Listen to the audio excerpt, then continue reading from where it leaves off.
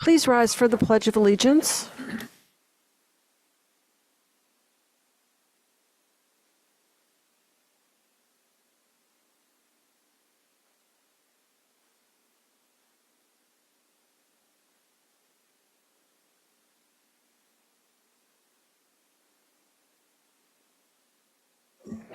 Good evening. I will call the March 12th, 2025 Select Board meeting to order at 5:30 p.m. We do not have any changes to the agenda. I do want to remind attendees online, if you're to stay off camera until your agenda item comes up, largely as a favor to me because of the visual distraction. And we'll go to announcements. Thank you. Erica's going to do the first couple, and then I have a couple that are not actually listed that have come in late. Okay, thank you. First, the select board meeting is being audio and video recorded. Second, I'm going to announce the applications that we've received for the African Meeting House Investigation Procurement Work Group.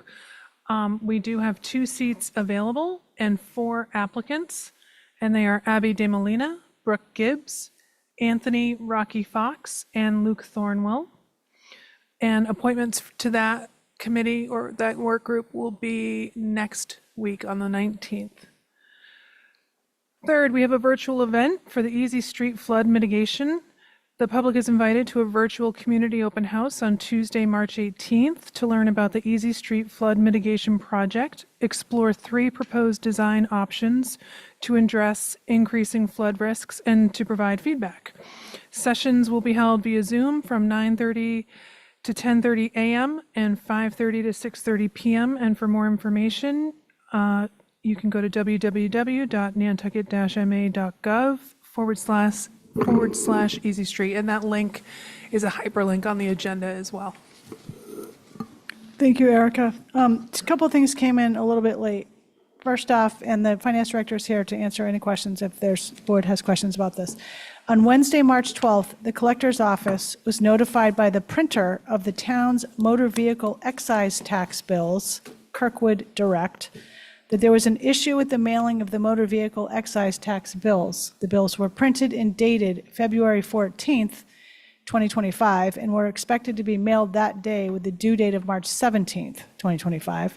However, unfortunately, due to internal issues at Kirkwood, the bills were not actually mailed until February 24th. Because of this error, the due date for the bills has been adjusted from March 17th to March 27th.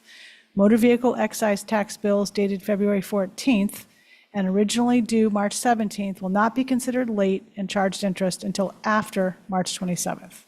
People have questions about that. We encourage them to contact the collector's office. Secondly, we have a public informational session coming up on Thursday, March 27th, and we'll do some public outreach on this regarding the proposed new Our Island home. Thursday, March 27th at 5:30 p.m. in this room, the community room of the Fort Fairgrounds Public Safety Facility, and on Zoom. And if people have questions about that, it is all this information is online. Thank you. Okay, thanks, Libby. Any select board comments or announcements? Dawn? Just quick question. It looks like there's 2 people trying to get in. Thanks, Dawn.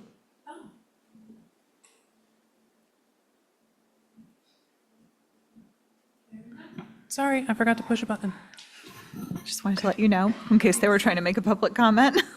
Yeah, Brooke, and just one comment. Sure. I had a class on Tuesday in New Bedford, and I had not been to New Bedford since I was a kid. It'd been a long time. I've driven through, but I hadn't walked around a bit, and I was impressed. It was, they've done a lot of work. There's a lot of buildings that are been renovated there.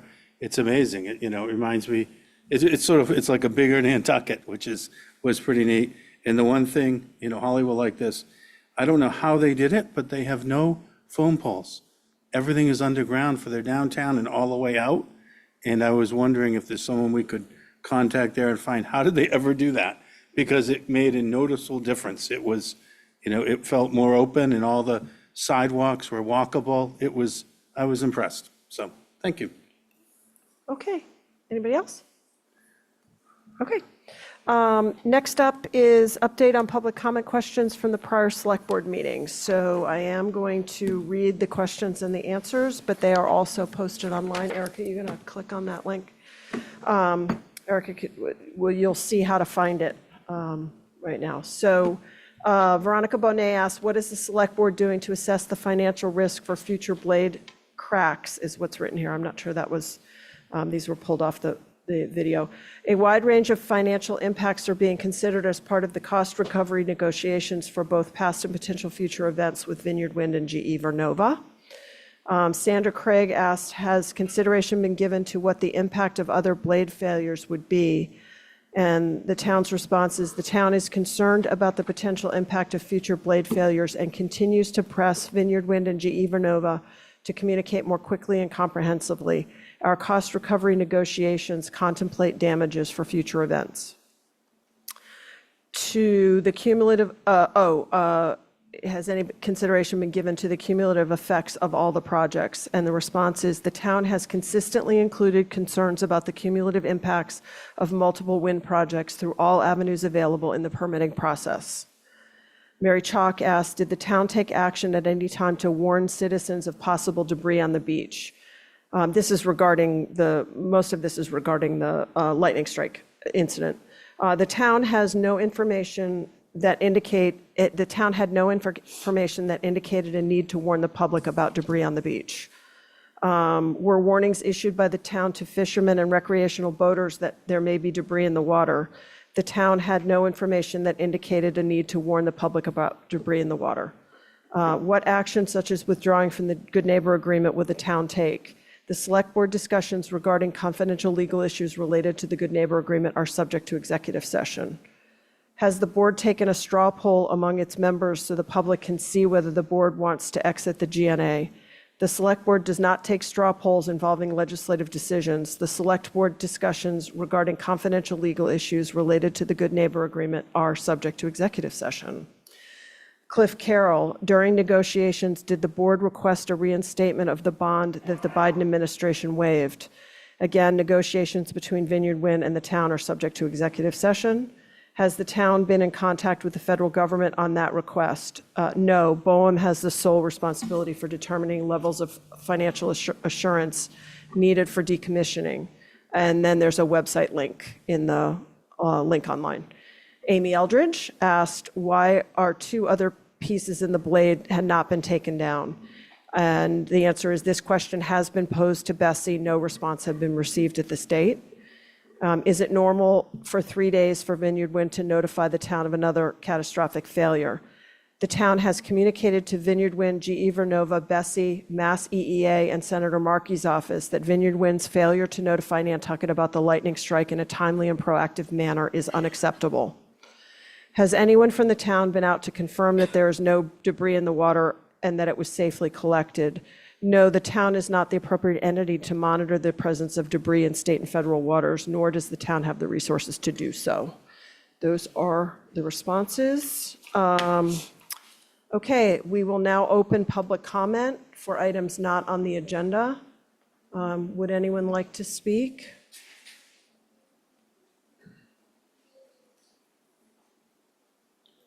Go ahead. Real quick. I found online some little life buoys, or like little catamarans, or like 4 feet long, 4 feet wide, motorized. They cost about $6,500 to $7,000 a piece. They're remote control. Last summer we had 3 drownings. We can get. I figured if you guys were willing to consider getting, say, 10 of them, I'll build the sheds for them and maintain them for the summer.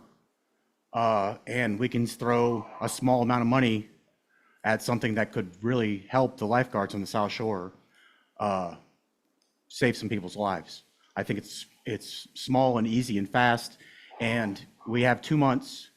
And if you guys are willing to consider something like that, I'm willing to take care of it. Okay? Okay, Okay? yep, Cool. thank you. Art Gasparo online?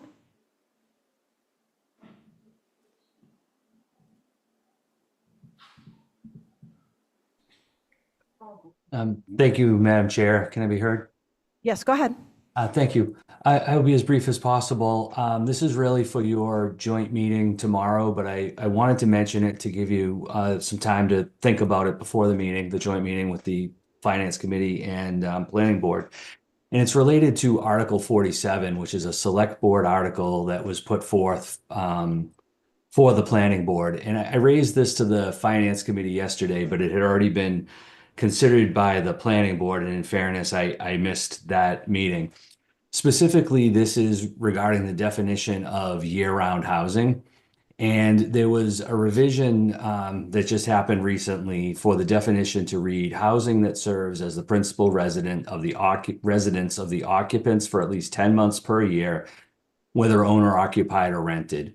And I would like you to consider that as 12 months. And here's my reason.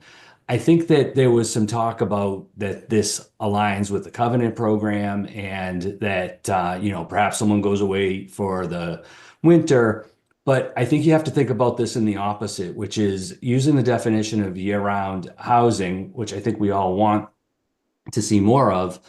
You may start to get more dense developments, but you're not going to possibly end the shuffle because the folks could then use these rentals for 10 months and then the opposite of people going away for the winter still have kicked people out basically to rent them for the 2 months of the summer when they really could make the most amount of money. And so I see no good reason for this not to be, if you're going to have a definition of year-round housing, I believe it should be 12 months per year.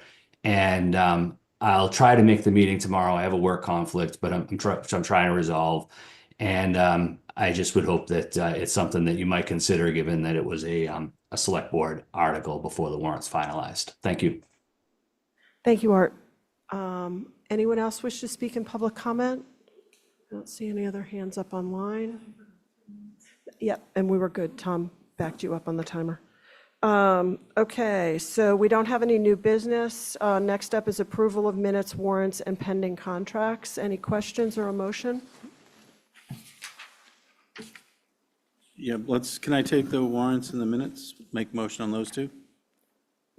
Yeah, minutes and treasury warrant? Yes. Okay, so I have a motion for the first two. Do I have a second? Second. Okay, but I don't have to do roll call. All those in favor? Aye. Aye. Okay, and now for pending contracts, do you have a question? Yeah, I would love to have DPW or Mike talk about what traffic cloud will do. There's 6 units in this traffic cloud. And then there's a $21,700 going to Beta to study Pleasant Street.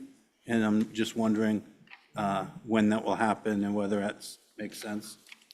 Mike Burns is online and Okay. prepared to speak on those. Mike, do you want to go ahead? Yeah, can you hear me all right? Yes, go ahead. All right, yeah, the 6 traffic counters are in addition to the 6 that are already deployed at various locations. So I think this would provide 5 additional permanent stations around the island. And I don't have a map in front of me to show where those 5 locations are. But if you go into a search engine and search Nantucket traffic counters, you can see real-time data that we collect at the 6 locations that are out now. And once approved and we get those installed, we'll add the 5 additional permanent counters to that website. And the 6th counter will be used by the police department for just spot checking of counts and speeds as they need. And then the second question was the $21,700 for Beta. This is related to the piloting that's going on currently along Pleasant Street, the one-way traffic flow program. This is for traffic counting and analysis that will be presented to the board later on in April. And when will that happen, Mike? That was the counting for Pleasant Street? Yeah, I'm just worried that we're going to spend 21,000 to count either when there's tons of roads closed or while it's still slow, so we won't get a very good reading. Have you figured out a time when we could get a fair reading there and have people used to going back to that road before we try it? Absolutely. I think we're looking at the first week of April for that, but that's being coordinated amongst staff because you're right. There is a lot of road work that's going on for sewer, pavement, to fix the pavement conditions. So that's being coordinated with staff. And you're right, we don't want to count and spend all this money on locations when, say, a segment of that road is closed off. And it's not working the way it's not operating the way we need it to operate. So we can compare the numbers during the pilot and the turning movement counts against counts that we already have under a two-way condition. So. Okay. Don? Just two comments on the beta group at $21,700.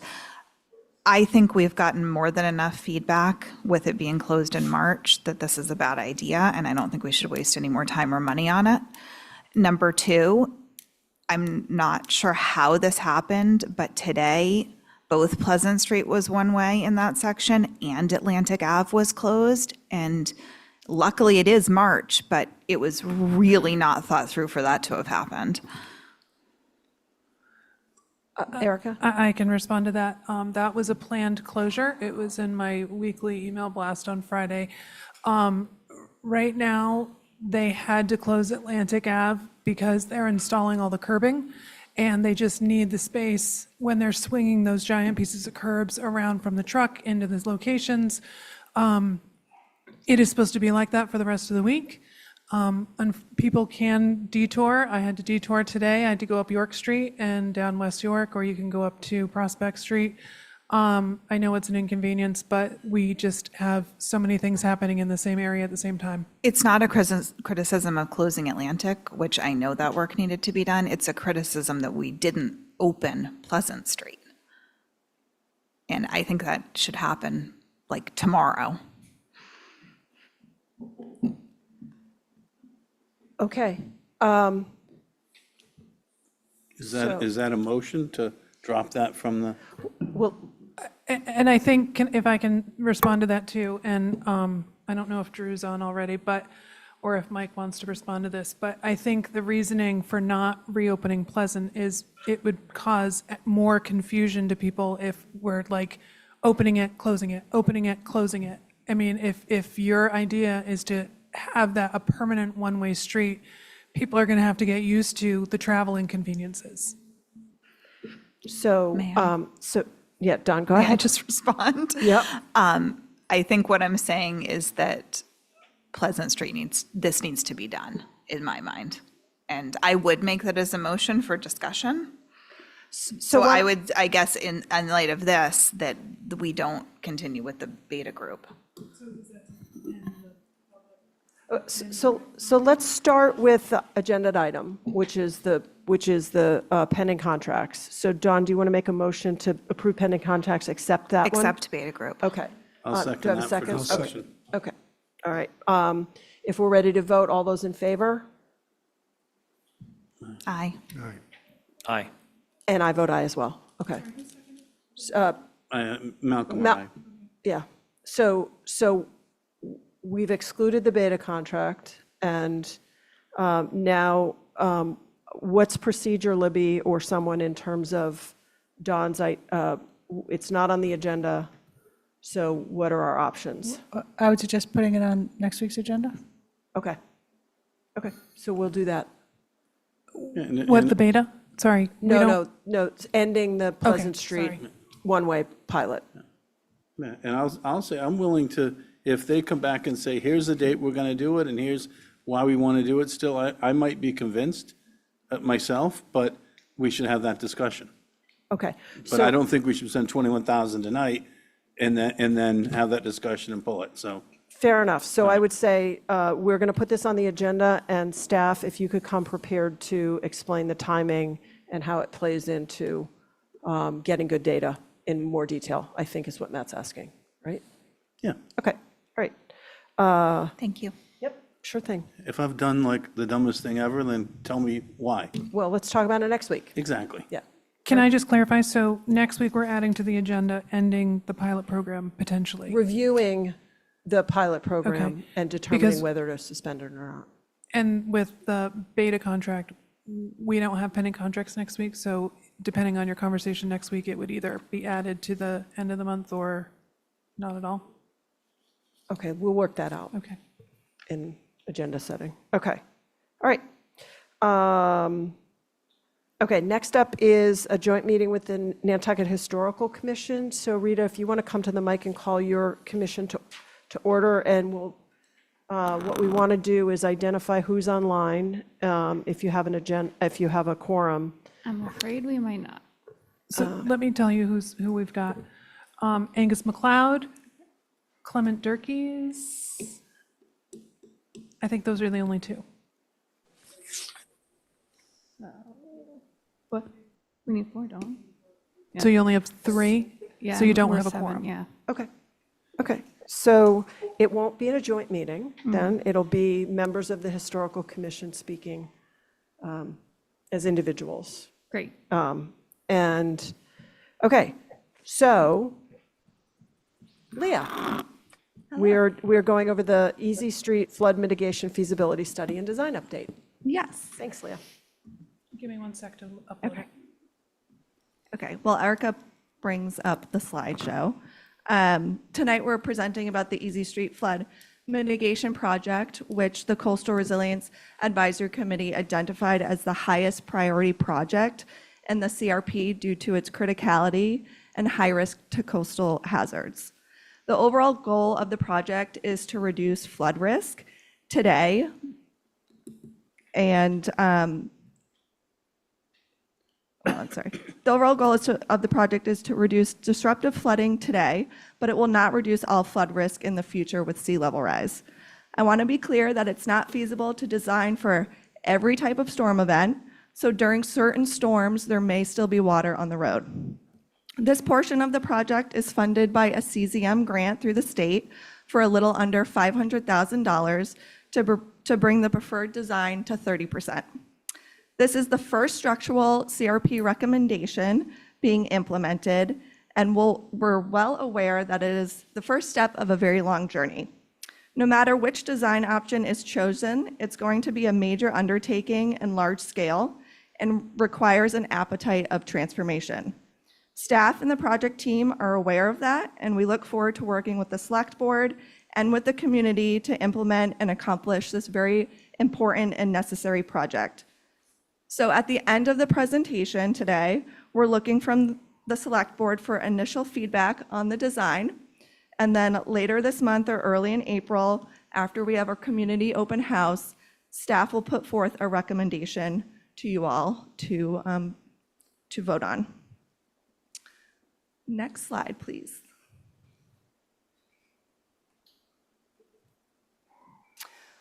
For today's agenda, there's an introduction, a project overview and context.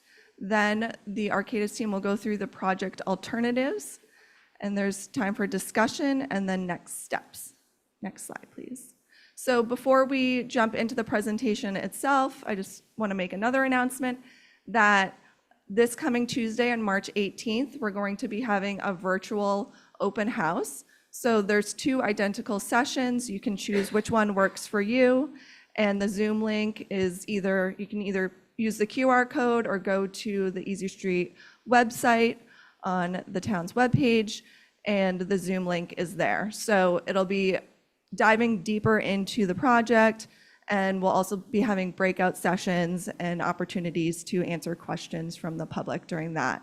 It'll also be recorded, and so the recording will be on the project website, and there's also a feedback survey that'll be open for a week as well. Next slide. So the project team includes lots of town staff.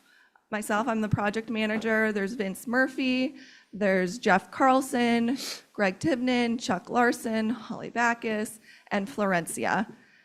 For Arcadis, Bill Casey and Trevor Johnson will be presenting tonight. And then there's also Michelle and Kate Edwards. The sub-consultants are Woods Hole Group, One Architecture, and Childs Engineering. Next slide, please. Okay, so I am going to pass it over to Trevor. All right, thank you, Leah. Can I just confirm that everyone is able to hear me? Yes, go ahead. Excellent. All right, so thank you for having us here today. As Leah mentioned, my colleague, Bill Casey, and I are going to walk through the project. We'll start with a bit of background, as I believe this is the first, this may be the first time that the select board, members of the select board are seeing a full overview of this project. So we'll begin with some overview information and then spend the majority of our presentation kind of walking through in detail the alternatives that we've developed. So our project area, which is shown in the dashed box here, really encompasses the lowest lying portions of the downtown area, extending along Easy Street, roughly from South Beach Street, the intersection of South Beach Street and Broad Street, to Old North Wharf. It does include the Easy Street Park, Easy Street itself in this area, as well as the entrance to Steamboat Wharf, as shown on this map. Next slide. So the project goals are really driven by three overarching goals. First and foremost, to develop a feasible project to mitigate both stormwater and coastal flood risk along Easy Street. The two images here, I'm sure will not be a surprise to any members of the select board or viewers here this evening, showing both very recent and some of the more significant flooding that's been experienced since 2020.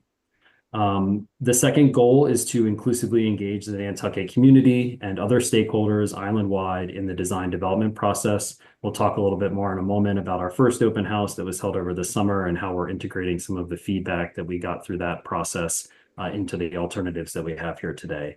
And then thirdly, we want to develop a solution that's not only feasible, but that also includes to the extent practical, co-benefits. Co-benefits are benefits of the project that aren't directly associated with the core benefit of the project, flood mitigation, but that provide other value to the Nantucket community, such as access improvements, improved mobility for vehicles, pedestrians, and other forms of transportation, as well as opportunities to enhance and restore the environment as part of the project. Next slide. So this is a general view of our project timeline. We are in the final kind of phase of our work. Tasks 1 and 2 were focused on existing conditions, alternatives development, and feasibility assessment. And task 4 has been a process of kind of refining our alternatives. And then, as Leah mentioned, identifying a preferred alternative that would be advanced to preliminary design. Throughout, we've had multiple waves of engagement, working closely with the Coastal Resilience Advisory Committee, town staff, property abutters, and the general public through various types of engagement activity throughout. As Leah mentioned, this Easy Street flood mitigation project was identified through the Coastal Resilience Plan that was developed in 2021. This project, I should say, was also identified as the highest priority by the Coastal Resilience Advisory Committee. It is the first sort of significant structural project that's being advanced out of the recommendations from the Coastal Resilience Plan. Really, the prioritization of this project is based in the fact that this is a significant vulnerability for the town in terms of flooding. And it is also a significant impact to one of the most, if not the most critical asset and facility that the island depends on, namely Steamboat Wharf, where the majority of goods, services, and people arrive to Nantucket on. I mentioned already the open house that occurred in early August. That was done jointly with the Francis Street Beach and Washington Street project that you see illustrated on the map here to the south of Easy Street. That is a parallel project that is underway. I believe they recently had an open house that hopefully some members of the select board were able to participate in. We learned a lot through that open house, and I'll talk more about that in a moment. But this second open house will be following up on what we heard in August and kind of reflecting back the modified and refined alternatives based on that feedback. Where we are in this project now is, as I mentioned, in the later phases. There are 2 reports that document the first few tasks that we undertook: the existing conditions and flood risk report that was released in May of last year, and then the concept design and preliminary feasibility report that was released in June of last year. All of those documents are both posted on the town's website and are available for anyone to read if you want to learn more about what we're talking about during this presentation this evening. So we did undertake a detailed flood risk assessment as part of our project. The vulnerability of flooding in this area is not a surprise to members of the Nantucket community, given the frequency of flooding that is expected or that is experienced today. That frequency of flooding, as well as the depth of flooding and the level of disruption that might be expected, is anticipated to increase in the future with sea level rise. Our assessment has been using the Massachusetts Coast Flood Risk Model, which is a model developed by the state and utilized as best available flood hazard data, coastal flood hazard data, I should say, for the purposes of planning and design and risk assessment. This map shows the expected extent of tidal flooding, so mean higher high water, everyday higher water at various intervals from 2030 in the darkest shaded blue, 2050 in the medium shaded blue, and as soon as 2070 in the lightest shaded blue. What we learned from the flood risk assessment is that sea level rise is going to contribute to more frequent monthly and daily high tide flooding as soon as 2030. There is a significant risk of storm surge that can cause not just disruption in services, but also damage to structures and other assets from storm surge due to nor'easters and hurricanes. And then a big major finding of our existing conditions and flood risk assessment was that the existing structures along the Easy Street waterfront, including the town-owned bulkhead, the bulkhead that was constructed as part of the Easy Street Park, and some of the other waterfront structures are not impermeable to water. They weren't designed necessarily to hold the water back. And so part of our project here is looking at what changes to that built environment to those structures are necessary for them to prevent flooding from occurring along Easy Street. Our cumulative damage estimate looks at results showed up to $1.2 billion worth of damages from all potential flood risk through 2070. Our project isn't going to be able to mitigate all of that risk, so there will need to be other measures in place. But we think, develop a solution that mitigates the significant frequent flooding that currently is experienced along Easy Street, and do so into the future as well. Next slide. So these are the 4 alternatives that some of you may have seen during our first open house and that are detailed in our feasibility report. They really, all 4 of them look at various configurations of road elevation and bulkhead improvements, bulkheads being the waterfront structures at the water's edge. We received a lot of really great feedback on these options, and they helped, that feedback helped us refine these. We also heard loud and clear that there was an interest in looking at a 5th alternative, which Bill will talk more about, that more focuses on the road elevation approach to the project. And so the general themes overall, we heard from open house number 1, we certainly heard broad support for addressing the flooding issues on Easy Street. Members of the public understood that this was a major project, that change was going to be necessary, but as long as it was done consistent with the values and character of Nantucket, they do want to see a solution to these flooding issues. There were significant concerns, not just about tidal and coastal flooding, but also stormwater flooding that plagues this area. We do have some images that Leah took of some flooding that occurred earlier, I think in late 2024, of really just flooding along Easy Street driven solely by rainfall. So that's a part of this project that we'll be digging into and developing solutions around. Certainly a desire to incorporate nature-based solutions as part of the design to the extent possible. And then, as I just mentioned, also interest in exploring a new 5th alternative that focuses on raising Easy Street. So for our upcoming open house next week, our goals are to provide an update on the project status since summer 2024, to present revised alternatives as well as the new alternative for Easy Street, answer questions from the general public, collect feedback, and that information will then be helpful to us as we further refine those alternatives and ultimately recommend a preferred alternative. Great. Thank you, Trevor. Can everyone hear me okay? Yes, Bill, go ahead. Awesome. So we're going to talk couple of slides on stormwater, and then I'll get into a bit more of each alternative here. What you see before you is you have Easy Street down in the right corner of the map, if you will. And the blue line represents a watershed of basically, if it rains in that area, which is about 53 acres, the water has a potential to head down to Easy Street, and much of it does. Right now, that area is very steep. It's very impervious, and there's very little green space, if you will. So we're dealing with quite a bit of water that heads down there, as you know. We've been looking at, maybe the next slide, please.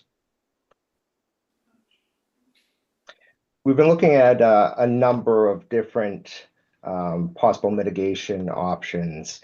And we really believe that's going to end up being a combination of many of these that are on the screen here. Certainly, there'll be some need, regardless of what alternative is chosen, to some level of infrastructure improvement. I know there's some existing tide gates out there.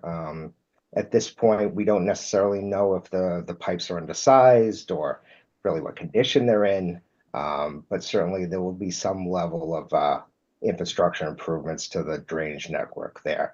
We're also looking at areas to potentially slow the water down. The rainwater is coming down off that hill. It hits Easy Street very quickly.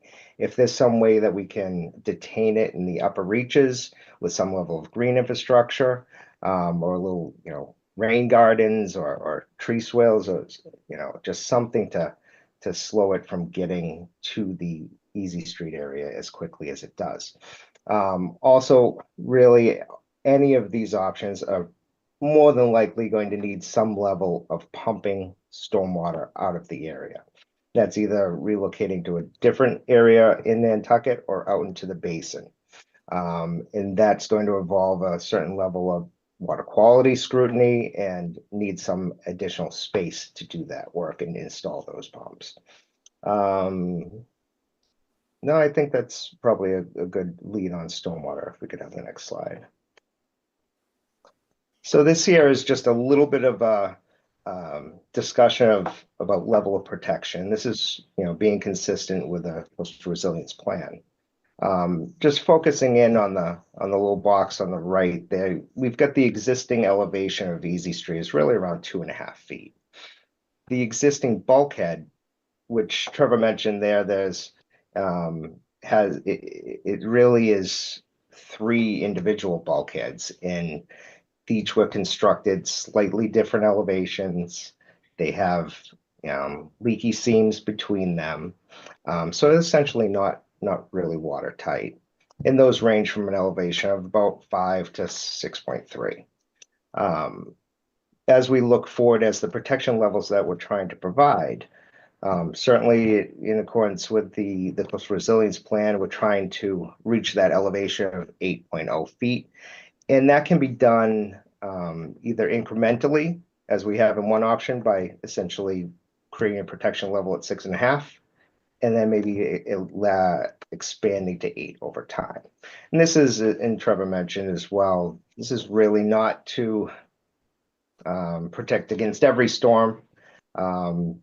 This is certainly to basically get to that every high tide flooding, really, that has the potential to occur even as early as 2030, but certainly as high as 2070. Next slide.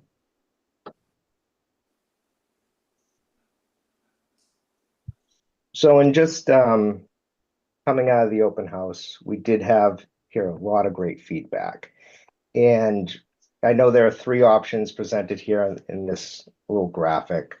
The option on the left is really a bulkhead expansion, making that watertight and really isolating downtown to prevent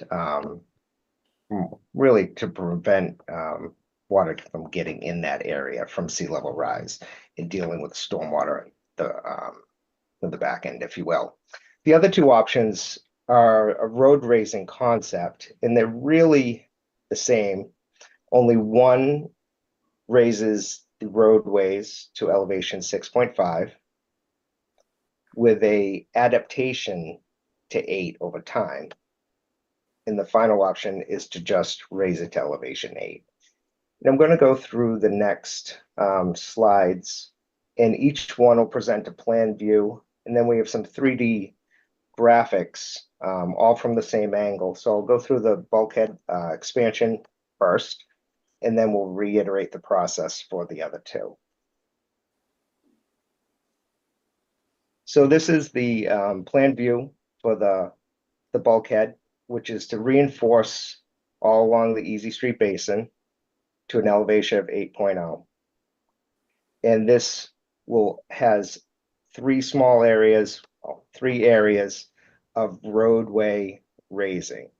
So along the southern aspect, right by Cambridge Street, we'll have a road raising to 6.5. And then going back down to existing grade, if you will.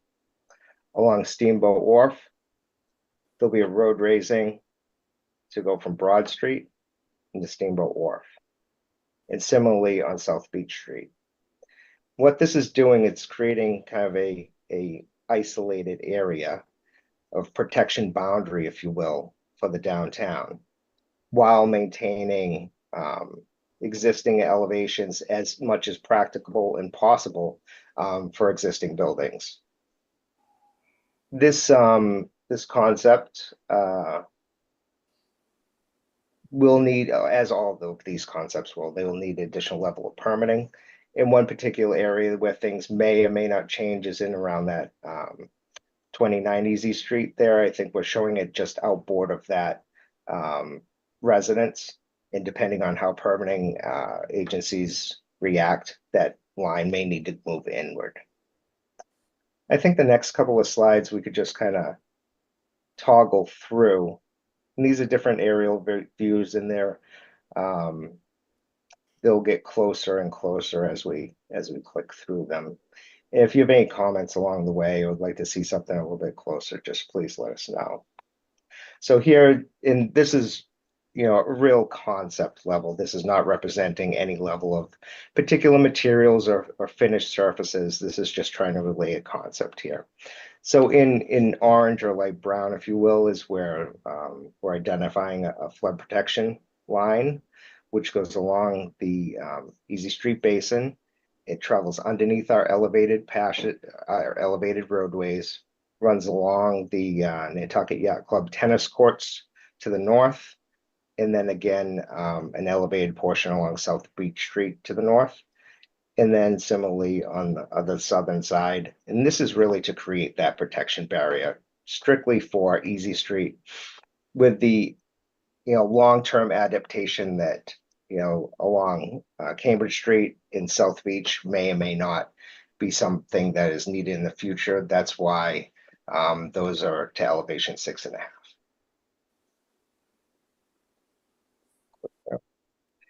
This is a similar, just looking to the south. You could probably spend 3 or 4 seconds on each slide and just kind of let folks digest. This is more of a pedestrian level, of course, looking at Easy Street Park. The people in the view are roughly, 5.5, 6 feet tall. You can see the flood protection barrier at elevation 8, which is 1.5 feet higher than what is generally out there today. And here we're looking looking south along Easy Street. This would be an elevated section of roadway. We see we'll have to navigate pedestrian travel as well as ADA. Will be, evaluated and adapted as final design kind of moves forward, but it's definitely on the mind. This is Broad Street, looking to the east. Really not too much change here on Broad Street, keeping Truck Alley essentially the same and keeping the roadway widths the same. And here's the first elevated roadway option. And to make grade, this extends the elevations down to Still Dock to the south and up a little bit further up Broad Street, and of course up to South Beach. Here it's going to create a slightly different look than the prior option, as elevating all of Easy Street will present a certain level of options. However, this does allow the opportunity to raise the egress out of any potential future groundwater concerns. And as sea level rise increases, there's also a high potential that groundwater will increase over time as well. And from our understanding that it is quite high in this area, particularly in the Easy Street Park area. Just looking to the south. And here we're essentially building the flood protection barrier into the roadway itself as everything gets elevated. Here along Broad Street, we're creating a bit of separation between Truck Alley and Broad Street. Excuse me, where we're keeping the width of Truck Alley, but we're also increasing the width of the sidewalk on Broad Street, so allow a little bit better pedestrian access. Also providing a little bit of green space in there, which will be needed to collect some of that stormwater runoff, whereas we've got an elevated roadway at elevation, in this case 6.5, in our buildings, which are much less. Here you can start to really feel a little bit of the difference between what an elevated roadway concept will look like as compared to the existing buildings and structures out there. Here, my eyesight is not so grand there, but I believe that's about a 2.5-foot increase along where the existing grade is and existing sidewalk is to the roadway surface. And certainly there'll have to be all sorts of safety and provisions to make sure vehicles are separated from pedestrians, in addition to the change that would occur from pedestrians trying to navigate through this area. And here you can see, looking south along Easy Street, you've got that separation, almost a retaining wall, if you will, whereas roadway traffic would be higher than pedestrian walkways, as the existing buildings, as they are today, are much lower. Here's looking to the east along Broad Street, and here's a little bit of keeping Truck Alley at the same elevation, raising Broad Street to allow egress in and out, while the existing buildings are at their natural elevation, and just adapting a sidewalk between the two. And this particular view, we've added in some green space there, but this is really an area of special attention, particularly with any sort of stormwater or rainfall in this area, because we really can't have anything heading towards the buildings.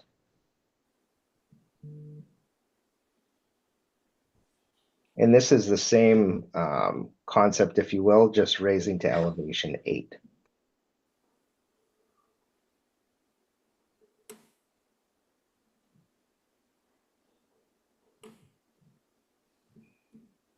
So here along these views, the delta between the walking space and the roadway becomes, I believe that's 4.5 there.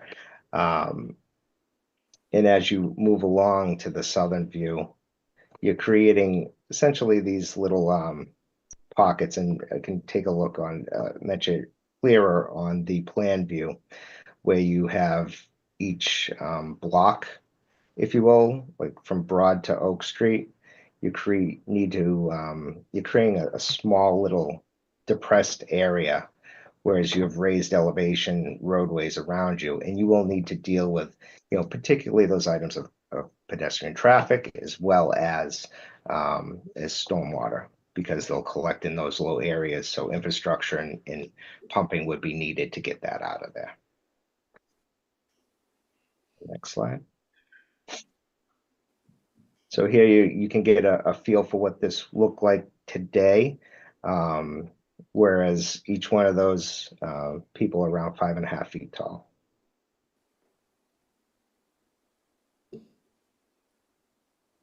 And similar thoughts on this view.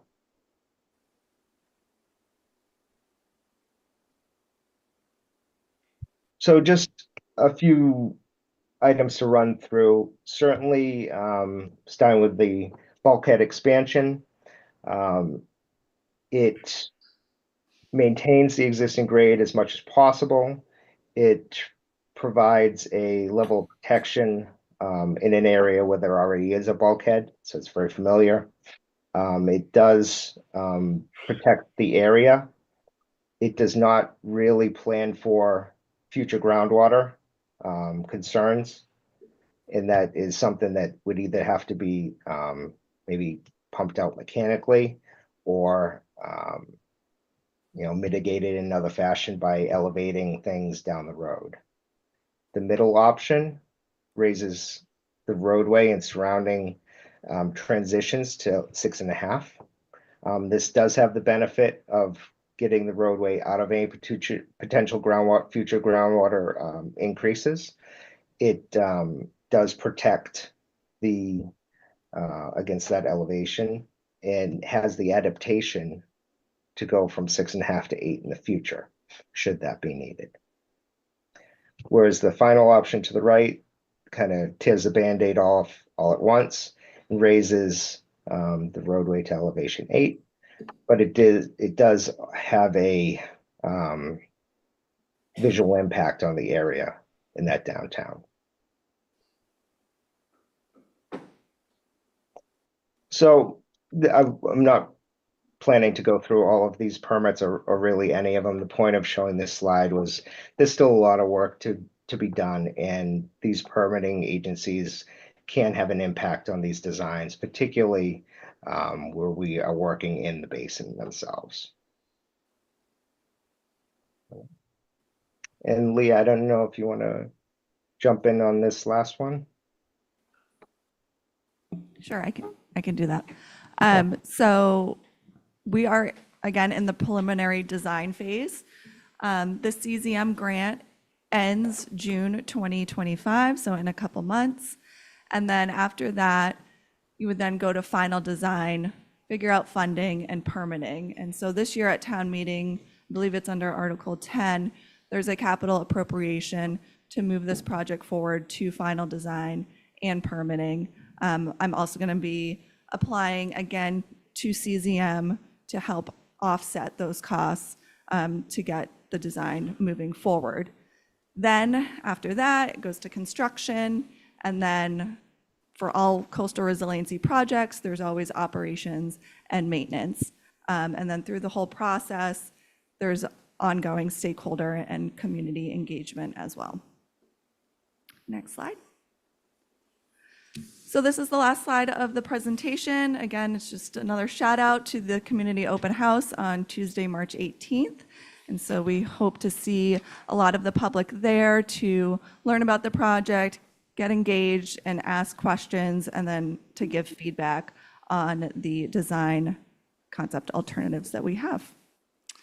So at this time, we'd love initial feedback from the select board on your thoughts.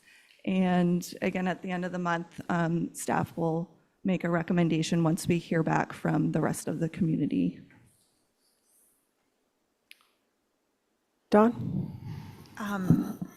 I have a lot of thoughts and questions. I mean, initially, it's if we're doing one of these, no matter what, I don't want to do it and redo it. But where does the land bank stand on this? I mean, they just created that beautiful park and spent a lot of money.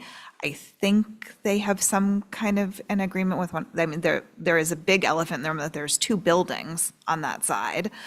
One which we do have authorization to take by eminent domain, but they're opening a new restaurant there this summer. And then the other one is a house. And I'm initially wondering, I mean, the visual impact's going to be very dramatic to the old historic district. And I don't know how that affects all of the other small buildings all along what we call the strip, and how the residual flooding is going to go after this gets raised and when it rains, and there's a lot Yes. to think about. It is a very complicated project. As far as the land bank, we engaged with them earlier this summer with the 4 different alternatives, and then we'll be engaging with them again. As far as the park goes, Bill or Trevor had mentioned that those bulkheads there, they're not cohesive, and so a lot of the flooding comes where the town and the land bank bulkhead meet. And so by replacing that with a flood wall, that will help keep the salt water out of there. And depending on which design moves forward, depends on if that park needs to get redone or updated to incorporate that work. And then I'm also in contact with the Judson family who owns 29 Easy Street. And so they've been engaged throughout the project as well. Tom? Evening, Leah. Question on the steamship terminal. Is there any talk about them doing something similar or working together? Yes, absolutely working together. We've had many meetings with the Steamship Authority about their resiliency planning, which they have not started yet for Nantucket, but they are planning to do that, I believe this year. Don't quote me on that, but basically what they told us is that they need to finish the work done at Woods Hole. And so they updated that terminal for resiliency, and then Nantucket is next. And I've offered to, be an advisor on that so that both of the projects are, can tie into each other, because that is going to be extremely important. Sorry, Abby DiMolina just joined. She's a member of the NHC, so they now have a quorum. Okay, so Rita, do you want to just call your meeting to order then? Yes. This is Rita Carter, the Nantucket Historical Commission, calling our March 12th, 2025 meeting to order, meeting jointly with the Select Board. Members who are online, when I call your name, can you please confirm that you can hear me? Abby DiMolina?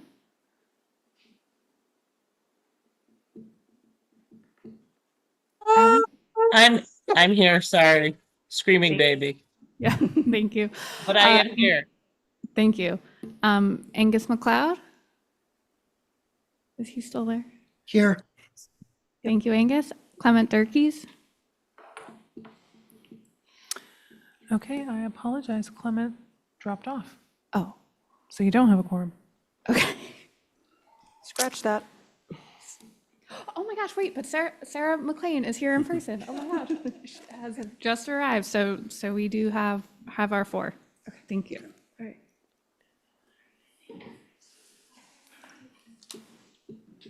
Okay, so where were we? I got totally distracted. Questions for Leah, comments?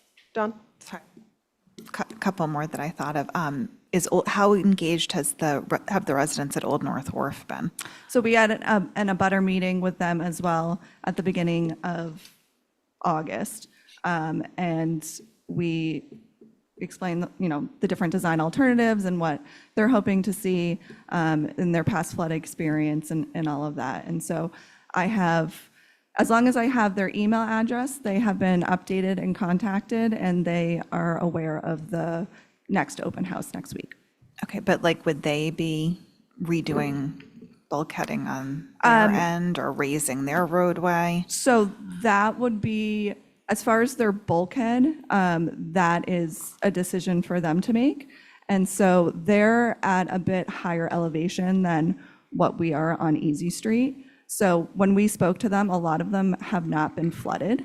And so it's up to them what they want to do on their property to tie into this project if they want to. Okay. And what kind of options do we have for grant funding? So I had mentioned there's the CZM Coastal Resilience Grant that can that we got for this one, and that I've spoken to them to see what their appetite is for me to reapply to move this project forward.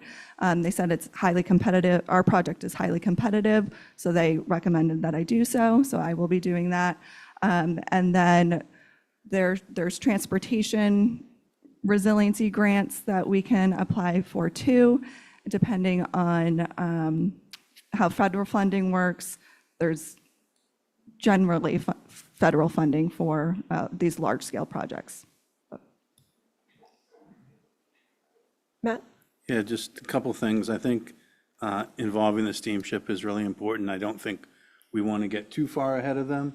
You know, I think we want to make sure that we're right on board. The last thing we want to do is do all this and then have them tell us that they're going to move it somewhere else or do something else, which, you know, anyway. So I'm glad we are talking to them, but I just think we should nail that down. To the northeast from where the Arno building is now is a parking area. You know, at some point, this may extend a little further, and that may be able to be some of the pumping, depending how much pumping there has to be. I just sort of thought of that looking at it. I think whatever, John mentioned this, whatever we do has to be able to change over time. So if we raise it to the first or the second, we need to be able to do the third without, you know, redoing it all over again. That's kind of, I'm sure they're thinking about that.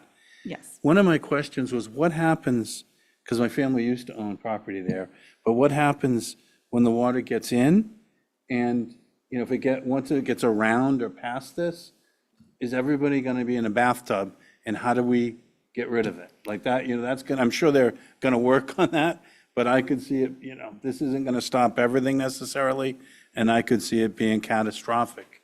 Yeah, so that's where the pumping station would come into effect, is that it would pump that water out. And we've been working closely with the sewer department as well, you know, how to do that.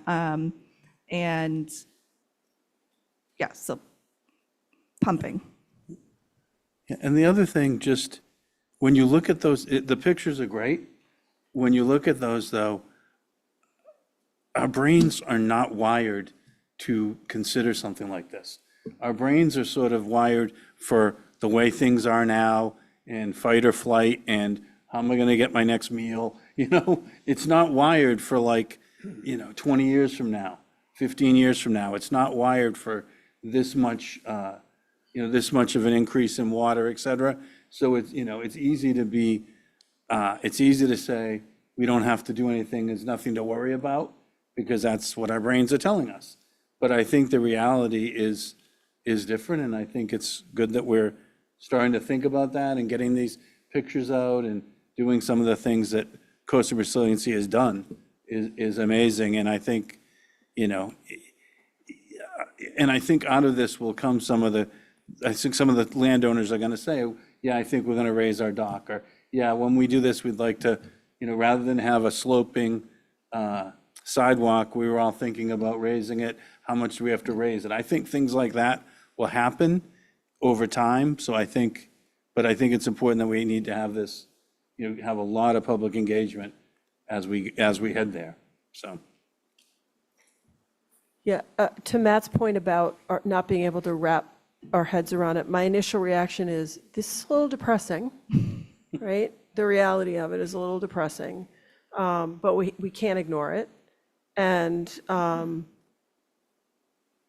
curious if anyone can find examples of these kinds of things globally that would give us like a real picture rather than a graphic, like of a location somewhere around the world where something like this has been done, so we can sort of better imagine it just as an idea. And I do think if we're going to invest, we invest for the long run. I think that's where my gut's going, though it is pretty hard to look at, you know, walking down a sidewalk on Easy Street and having the road above your head almost. And that's going to be dramatic for sure. So, but it's already upon us, right? We're experiencing it. There's already flooding, there's already damage, this isn't perspective, this is real. It's just how far do we go to make sure we cover it for the long term. Yeah, and I can look, tried to find examples around New England of something similar with road raising and that, and there are none, to my knowledge. I know in Florida, I believe there are some, but they have different regulations and things like that. But yeah, I can try to find some, some, I think in Amsterdam. yeah. I do think they're doing a pretty significant road raising in Miami. I mean, it's obviously a very different place, but there are actually a lot of historic buildings in Miami as well. Yeah, New York has done some.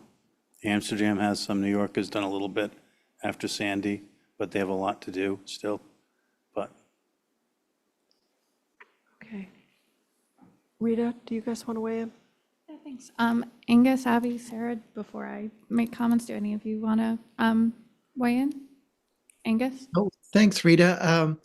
I have to go shortly, so I appreciate being able to just have a few words before going. And each of you on the select board have brought up points that are concerned.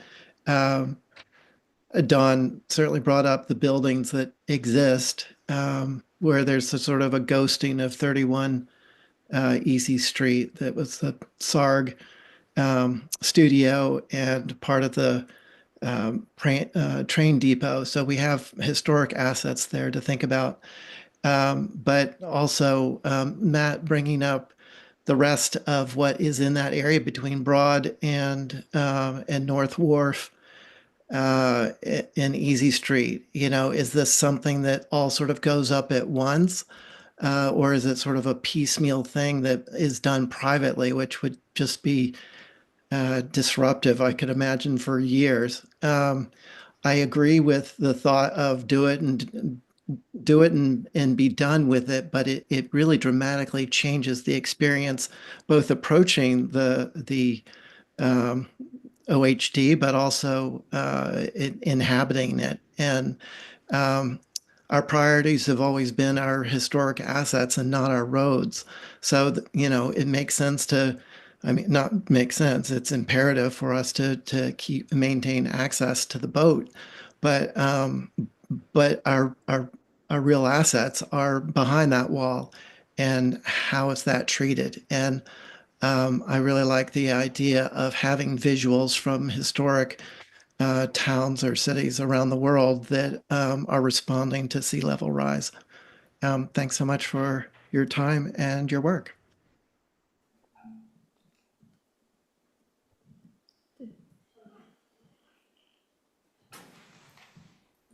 Hi, Sarah McLean. It's hard for me to comprehend, having gone through something where I live in a historic home, supported it, but it was dug out from underneath the house right next to me on Gull Island Lane they're doing right now. And so if anyone wants to have some idea of what an increase of, they went up 6 feet in terms of how far it's raised from grade right now. This would be 8 feet. It's at the base of Westchester, and visually you can see it, and it is incredibly dramatic. And so from that standpoint, in all of the historic structures in that area, and I'm just thinking along Easy Street there, you know, you've got the old Killen House, you've got the buildings there. How do you treat those in terms of, you've got now this very high roadway, you've got a reduced sidewalk, and then you've got these houses that are sitting on maybe not much of a foundation at all. And in order to lift them, get them back up, support them, you know, I know what that expense is right now. I can't even imagine what it's going to be a few years from now, and given the amount of water that's down there. So, and then, you know, having that water and saying, oh, we're going to rely on a pump to take that out. What happens if that doesn't work, or it fails, or you've got these, you know, fabulous structures, and you know, granted, the harbor used to come all the way up to Federal Street. We do know that. So those buildings, you know, under there are sitting on compromised fill that's been there for a couple of hundred years, but it's not the same as you go up Main Street. So I guess all of those things I'm sure have maybe been considered, but visually, from something that you can physically see right now, drive down Westchester and look at what that house looks like, and it's only 6 feet off grade. So, yeah, Thanks.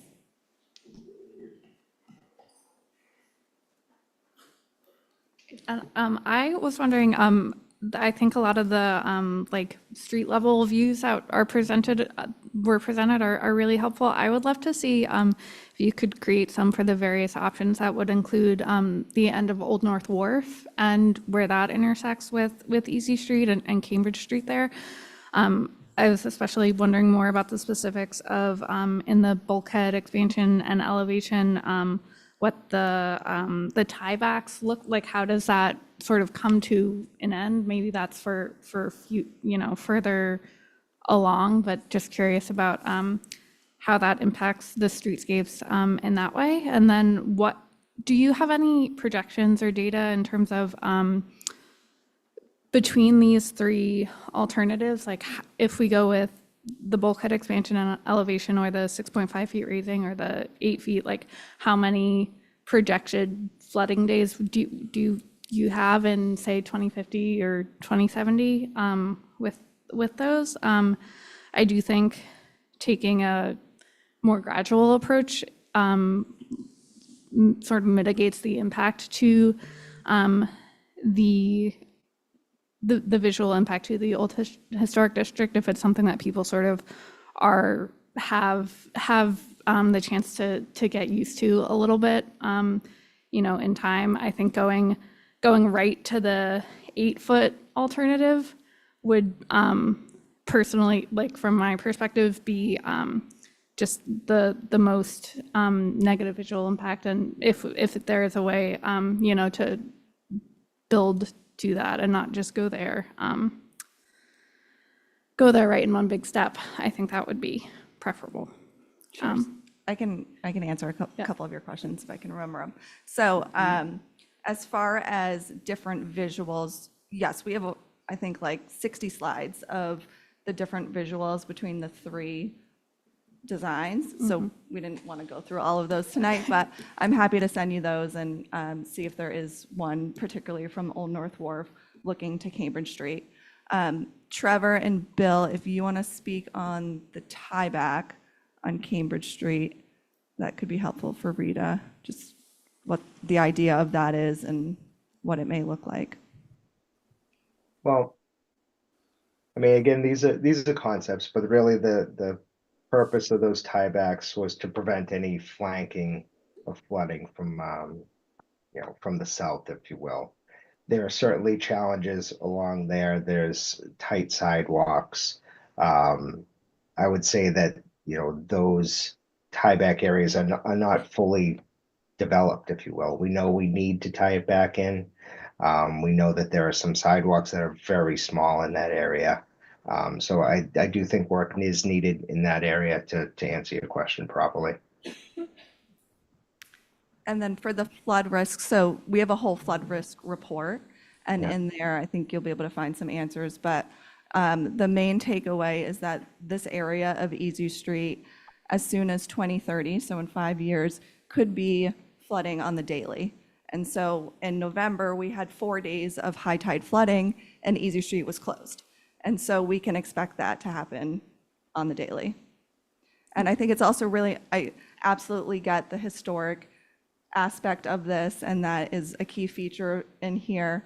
But it's also important to note that we're preserving the access to these historic structures, and also whatever design it may be, the structures that are behind it are protected from that. So to keep that in mind too. I know visually it's going to change. And, if we do nothing, it's also going to change. So we have to take that into consideration. And as far as the adaptability, I understand that, and a lot of coastal resiliency projects, the adaptability is built in as well. You also have to think about the funding for it. So if we spend money now, then in the future, if we don't have to adapt it as much, we're going to be saving money because everything costs more. Do you want to?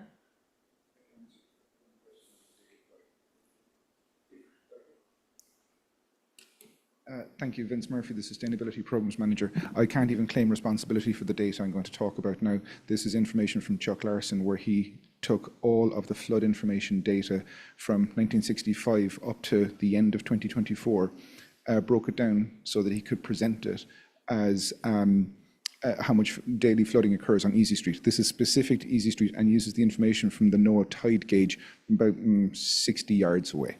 From the 1960s up to 1970s, that street at its current elevation flooded about 4 days per year. Move up to about the 1980s, about 6 days per year. Up to the late 90s, about 10 days per year. Going into the early 2000s, 21 days per year. About 2010, that kind of time frame, 36 days per year. Mid 2015, that kind of time frame, about 45 days per year, and up to about 2020, 61 days per year. Then he projected that forward, I think, for 2070, and it just started to go all over the place, and it was 180 days per year, so every other day. And then after that, it's basically flooded. So that's the risk, and I hope that helps the answer. Thanks, Vince. Rita, did you want to add anything? No, I think that covers it. Thanks very much. Okay. Yeah, I can confirm what Vince is saying is when they first put the dolphins in, those are the big concrete things that the boats push up against. When those first went in, first off, we all didn't like them because they were new and they weren't the wooden ones that had been there our whole life. But then once we kind of got used to them, you could gauge how high the tide was by where they were in the dolphins, and very rarely did they see water. It would have to be a major storm. But now when you drive by with a lot of these high tides, it's lapping up right at the bottom of it already, without a storm, without everything coming in. So it has already happened, and it's happened sort of 40 years since probably in the 40 years or so since those were installed. I kind of favor starting the smaller version to start myself, because I think there's going to be conversations with Old North Wharf and NIR, et cetera, that will tie in, around all the way down to Washington Street at some point. And so I think that buying a little time to get those conversations to happen, I think will be good. The other suggestion, I think, is what else should we be thinking about? Is there, how creative can we be? Is there something else we should be doing? We're thinking of this because we all drive our cars down there now and our trucks and everything. We're thinking that's the only way that we can do it, and we have to do it exactly the way we've always done it. Well, maybe there's something different that will be more cost effective and will work better. And I don't know what that is yet. I go back, Alfie Stanford did and it seems crazy, but he ran a road, a raised road out on one of the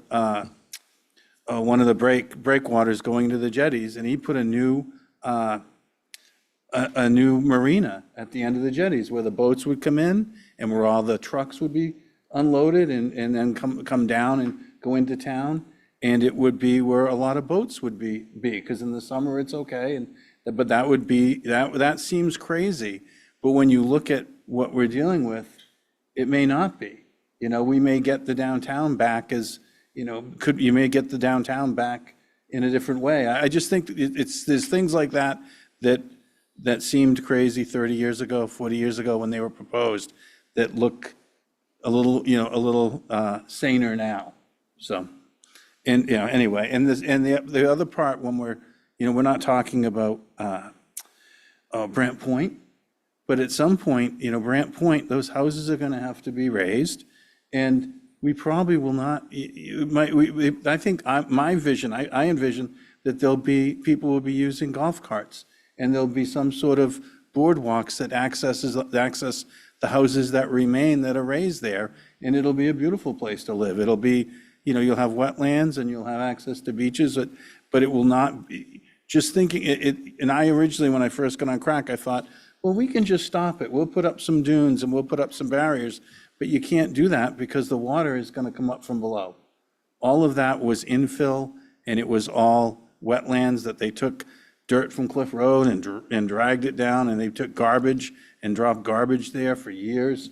And so I think that those areas that are that low are going to be the areas that are those were all marshlands and wetlands that they reclaimed. And so I think we are going to be, this isn't the only area that's it's going to be changed, so. Thank you, Madam Chair. Holly Backus, Preservation Planner.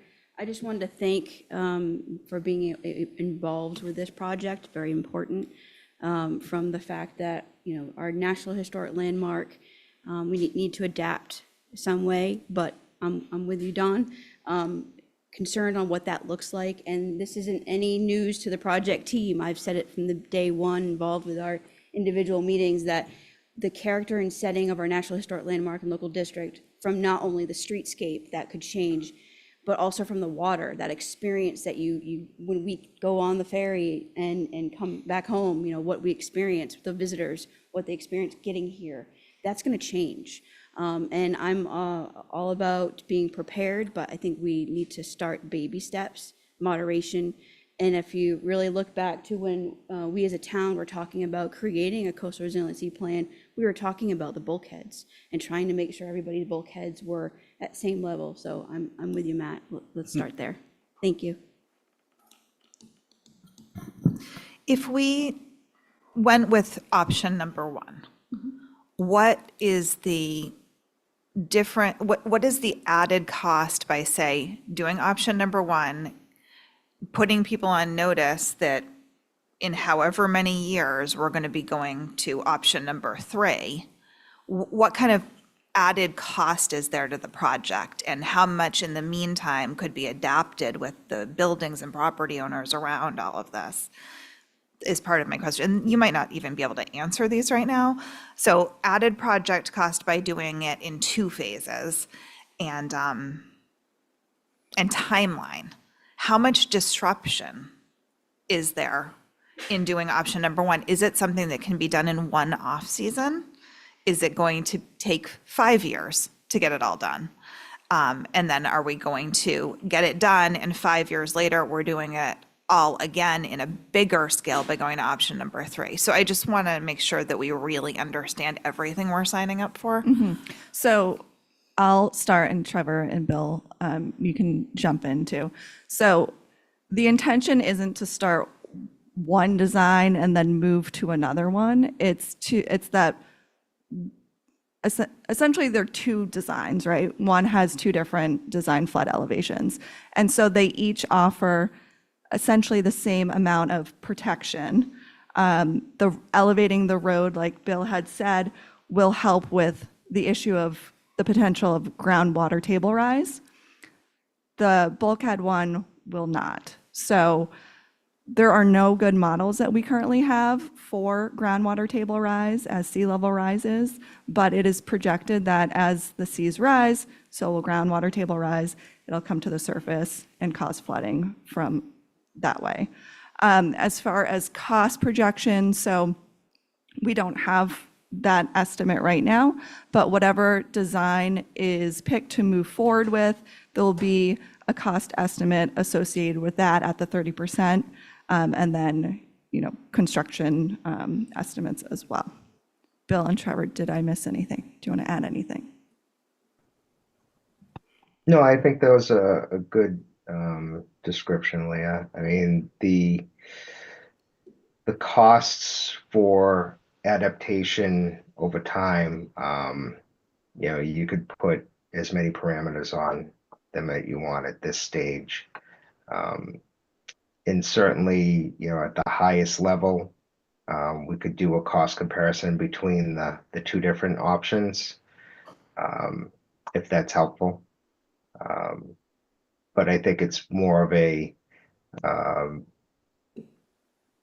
decision of, to what level and what level of impact does the town want to invoke in at this point? Because both of them, they will have a different look. They will do essentially the same thing.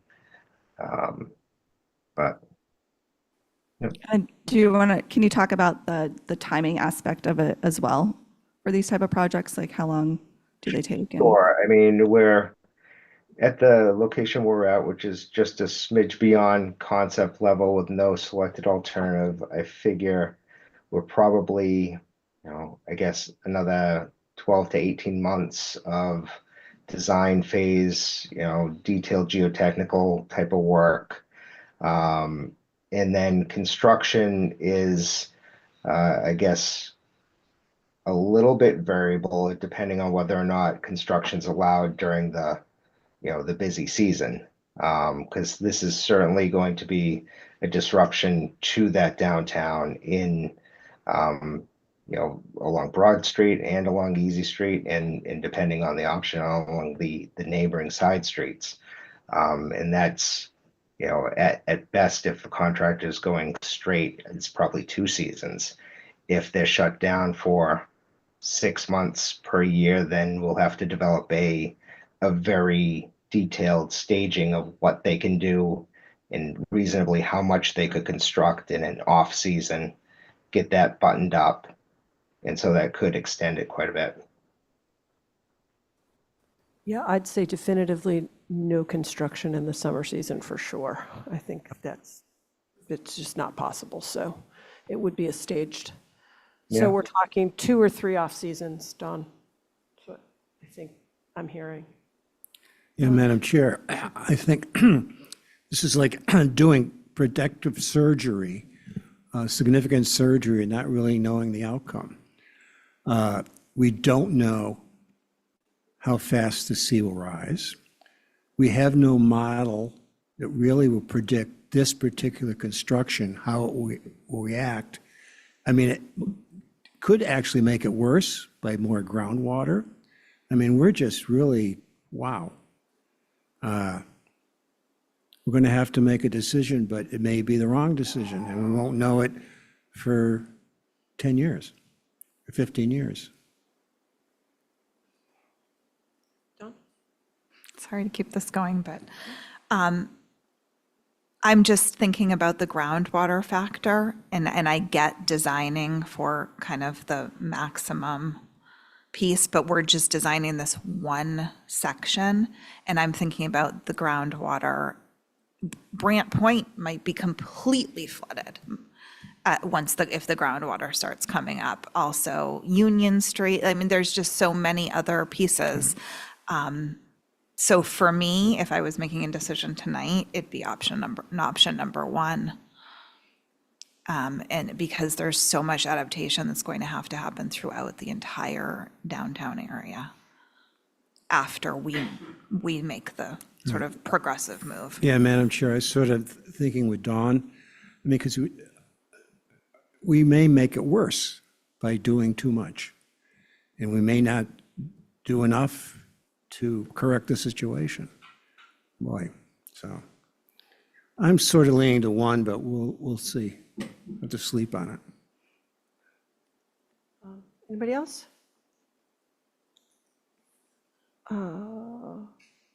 Okay. All right. Deanne has her hand up. There's going to be public information sessions on this. So we've been at this for a while tonight. So I think I'd rather have the public attend those public information sessions and let that process play out, if that's okay. Okay, great. I got a thumbs up from the back of the room. Thank you. Rita, do you want to take a motion to adjourn your meeting? Yes, I would like to.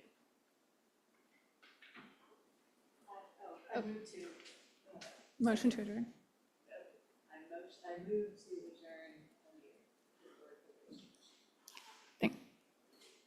Is there a second? Abby? I'll second. You no longer have a quorum. Angus went off, so. Okay. Okay. So well, that- adjourned by default. Okay, thank you Okay. very much. Thanks for being here, you guys. Okay. That was really interesting. Okay. Next up is the Finance Department sale of bonds, general obligation bonds and bond anticipation notes. Brian?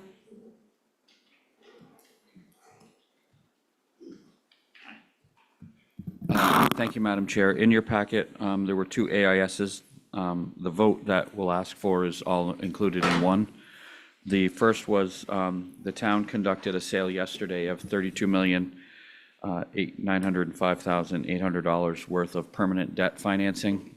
It included some affordable housing projects. The primary one included in that financing was the Richmond Gooseberry project, some sewer projects related to the South Valley Road pump station, some CMOM work, and then general fund projects including the RAND station rehab and continuation of the downtown sidewalk construction projects.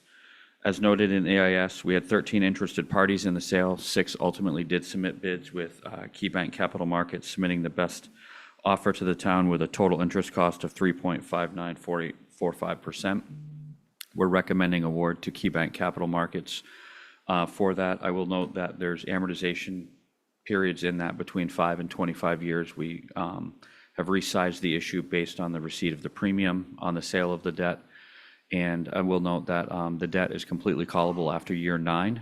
So if interest rates start to trend in a better direction and we start to see more favorable rates like we saw pre-22, 23, then we do have the right after 9 years to call the debt and refund it and resell the remaining years. So Hilltop was very pleased with this. The spread between all of the bids was very competitive. So it's one of the rates that they thought it was a very good rate based on what they had been seeing in other sales of this size and our credit rating. So I'll take you through the other sale that we did too, because as I mentioned, the vote that bond council did was all one.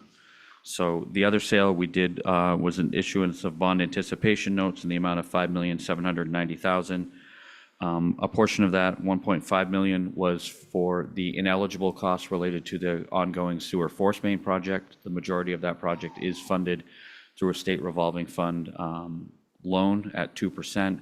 However, some of the costs related to the owner's project representative are ineligible for SRF funding, so we have to finance that outside of that.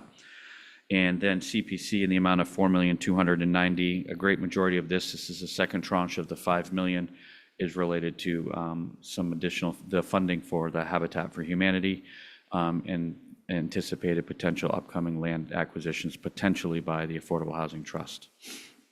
So we would request a favorable motion to award to for the ban. We are recommending the award to Fidelity Capital Markets with a net interest cost of 2.7365%. So the vote is before you, and we would recommend the awards as noted in the AIS. Okay. I'll make that motion as written in our packet. I'll second that motion. I just want to clarify the motion. It would be to approve pursuant to the vote of the select board found in the packet dated March 12th, 2025. Yes. Thank you. That's your motion, Matt, seconded Yes. by Malcolm. Okay. All those in favor? All right. Aye. That's unanimous. Thank you very Thanks, much. Brian. Okay, next up is a request for reconsideration of a Select Board December 18th, 2024 denial of a curb cut at 126 Main Street. The way I want to address this is, first I want to, so this is a request for reconsideration. And before we hear sort of a long presentation of the merits of the decision, I'd like to hear from Linda it's more of a process question on my mind of what went wrong in the process that has led you to ask for a reconsideration by the board. I would have been here in December. Linda Williams for the property owner. I would have been here in December, but I wasn't notified that it was coming up like the week before Christmas. So I would have been here to have the conversation at that point. So Erica informed me as to what happened at that meeting, because you had a whole bunch of them from traffic safety. And back in the day when I was on traffic safety for years with Jack Gardner, we had people come in and make their pitch at traffic safety before it ever got to the select board.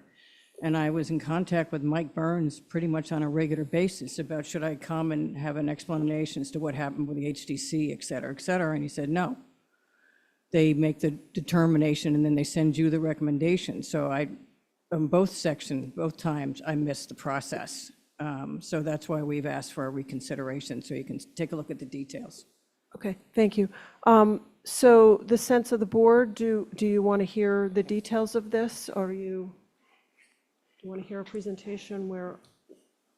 I think I gave you everything in the kitchen sink in the Yeah, packet. we've seen it in the packet, so I just, yeah.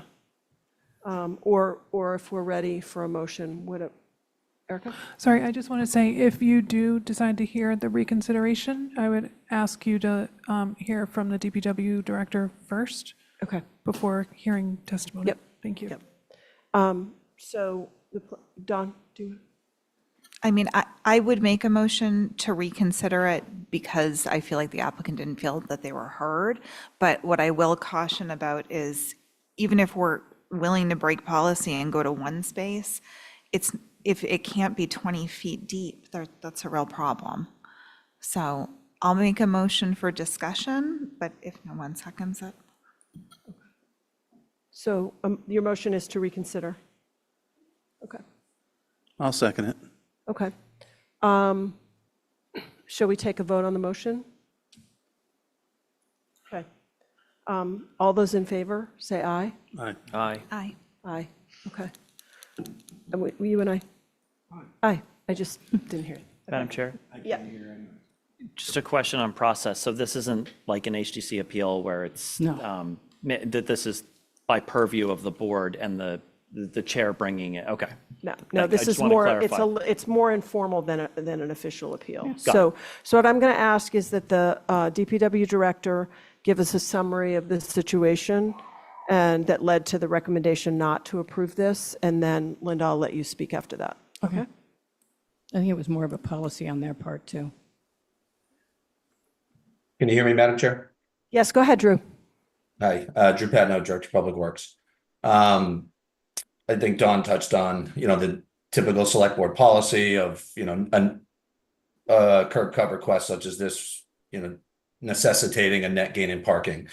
I guess I don't have a ton to add to this conversation beyond what was discussed last time in December, largely because really none of the conditions surrounding this application have changed since this was reviewed by traffic safety in the fall and the select board in December.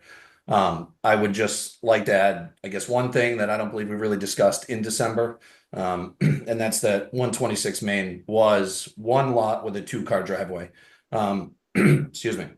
The lot was subdivided, and the owner of 126 relinquished the 2-car driveway to 126R. So the ask is now essentially for a second curb cut for what was once a single lot. Additionally, one thing that has changed since the December select board meeting is that the owner or their representative had subsequently, after the decision, directed a contractor who's not on the DPW's approved excavator list, did not have a sidewalk blocking permit, did not have a road opening permit, and obviously didn't have a curb cut permit to begin construction within the public way. We shut that work down the same day, and the sidewalk has remained disturbed with the bricks removed from that day until I believe just today, when a different contractor started putting the public sidewalk back together. Now, I just think at the end of the day, the ask is essentially to turn a public parking space into a private parking space. And again, I think to Dawn's point, it's one that's only 17 feet long. So anything longer than essentially a Ford Explorer wouldn't fit in the driveway and eventually, or potentially could impact the public way and sidewalk. There's still no net gain in parking. And at the end of the day, for me, while the applicant has every right to request the board reconsider, I don't really see how anything has changed from the last time that this was discussed. Thank you.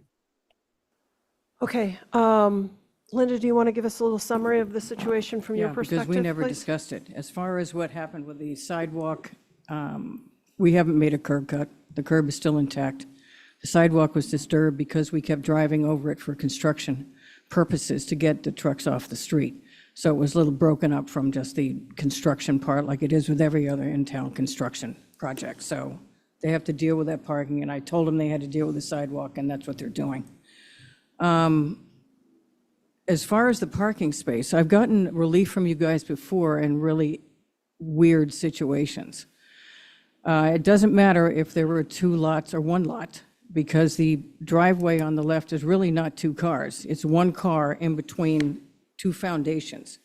That driveway went up to a drive with a garage, which is on the back lot. This was a double-sided lot. It was bigger than almost every lot on Main Street. So for some odd reason, it was over 10,000 square feet. So I have two conforming lots except for the frontage on the back lot. So it was legally subdivided at the planning board, and that garage piece went with the one in the back. So we're asking for a parking space for a conforming lot on Main Street. It is at the moment the only one on Main Street from the bank all the way to Caton Circle, as I showed you in the maps, that does not have its own parking space. So the parking space that's coming off the street is a parking space that we'd be parking in the street in front of our house instead of getting it off the street.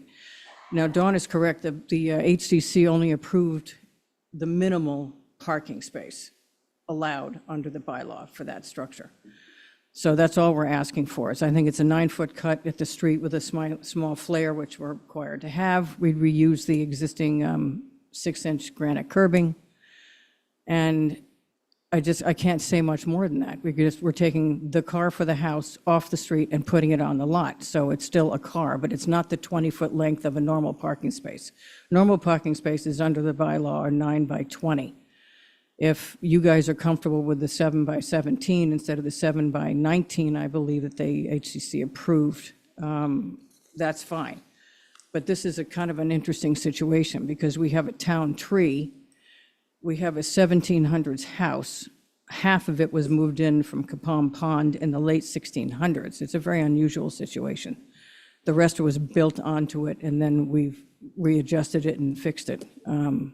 The foundation wasn't very secure. You could see holes through it.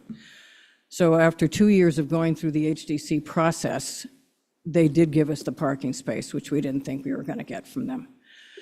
So if it's the minimal parking space under the bylaw, you can have a 7 by 17 space under the bylaw as well as a 9 by 20. 7 by 17 is fine. They cannot overhang the sidewalk. But almost every house has either a single, about the same size, or a double, so a double wide, which they would not give us, because we also have the town tree, and we've been working with Dale all along from the very beginning of this project on that tree. And so we have protected the tree and put a thing around it so nobody can get near the tree anymore. So that's what we're asking for, is a on-site parking space. It cannot, and as I said, they will be forbidden from overhanging the sidewalk. They don't have any legal right to do that. But there is a brick on the property. He was gone when they went ahead and did it. It's not done to the HDC specifications, so I'm ripping that out anyway and fixing it to where it's supposed to be. But it certainly gave you an idea of where the space is. Okay, thank you, Linda. Questions from the board?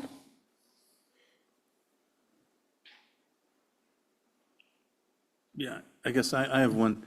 So you can't, how come you didn't do a shared driveway and on the right side and go, and, because a lot of the, On the right or the left? well, it facing the building, they have the driveway to the right, on the There's left not- side is going all the way back. Yeah, So there was no way to share that on the, because you we couldn't weren't have gone allowed in to on the move the right 'cause of the garage. tree. The garage had to stay exactly where it was.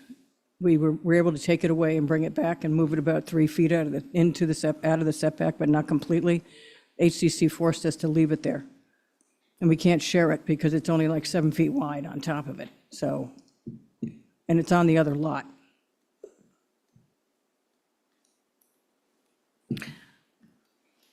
May I? There's no way to get this 20 feet deep because of the tree? What did the HCC say? You have the plan in your packet. In Hang the on. packet, it says that it's only 17 feet deep. Hold on. Yeah, it's 9 by 17 with 2 strips of brick, like 139 Main Street, closest to the house. Yeah, 9 by 17, there's one right across the street, 2 doors down, the same size, same type of material.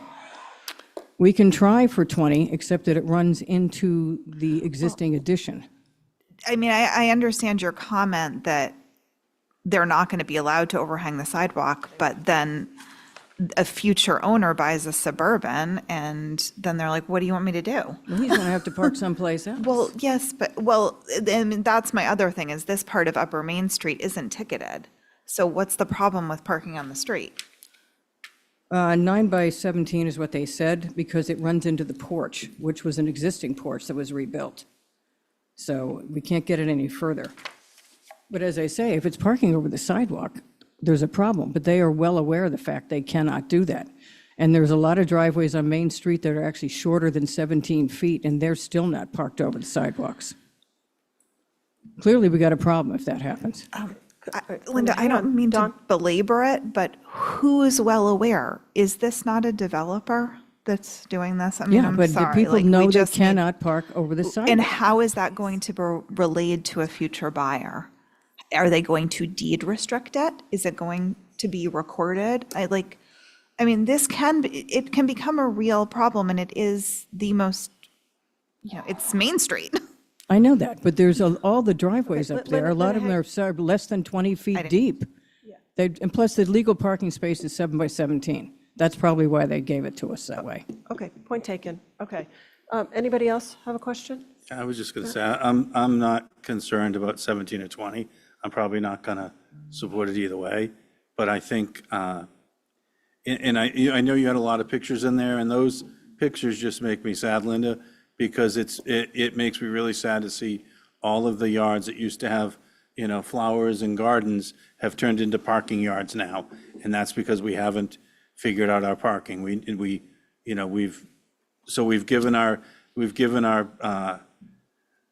given ourselves over to the vehicles on sidewalks. We've given it over to vehicles on all the yards.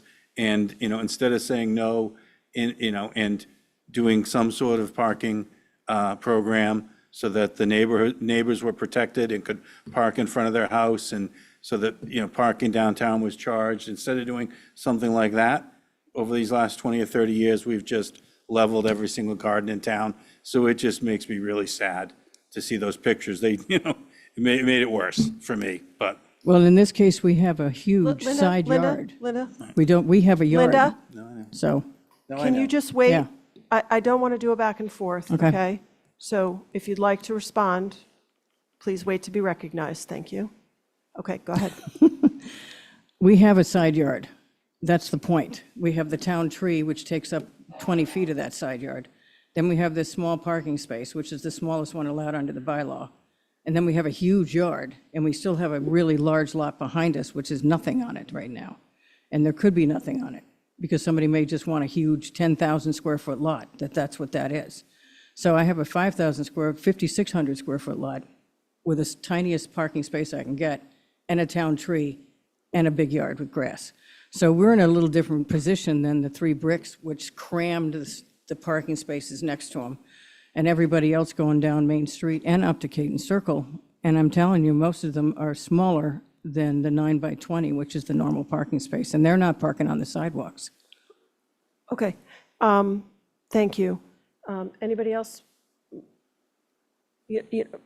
My comment is that when folks do this and they subdivide and they assume that an exception to the policy is going to be given, and they build the driveway before they've got a curb cut, and the fence is erected on either side of the parking spot. We got permission for that. Linda, I'm speaking.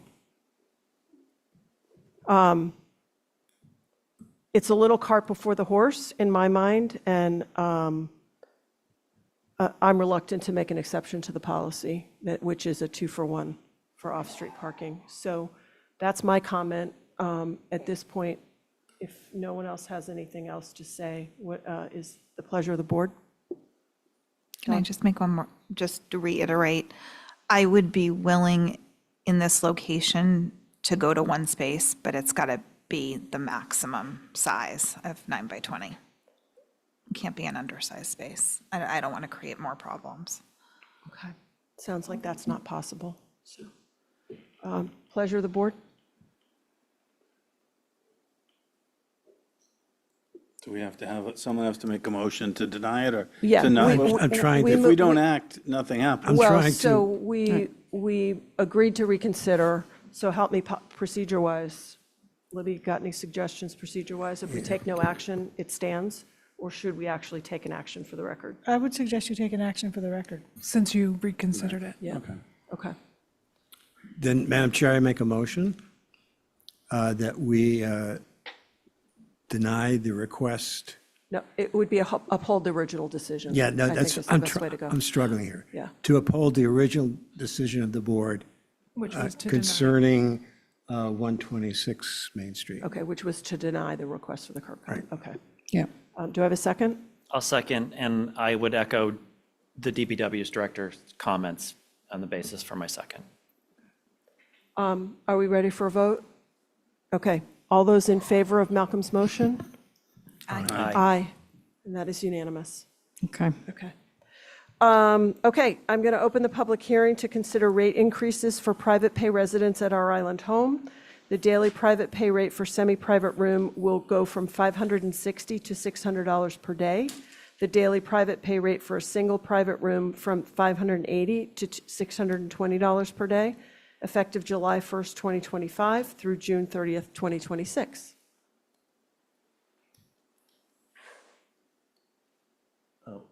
We would like you to consider that, based on the fact that since we haven't had a rate increase since 2019, pre-COVID.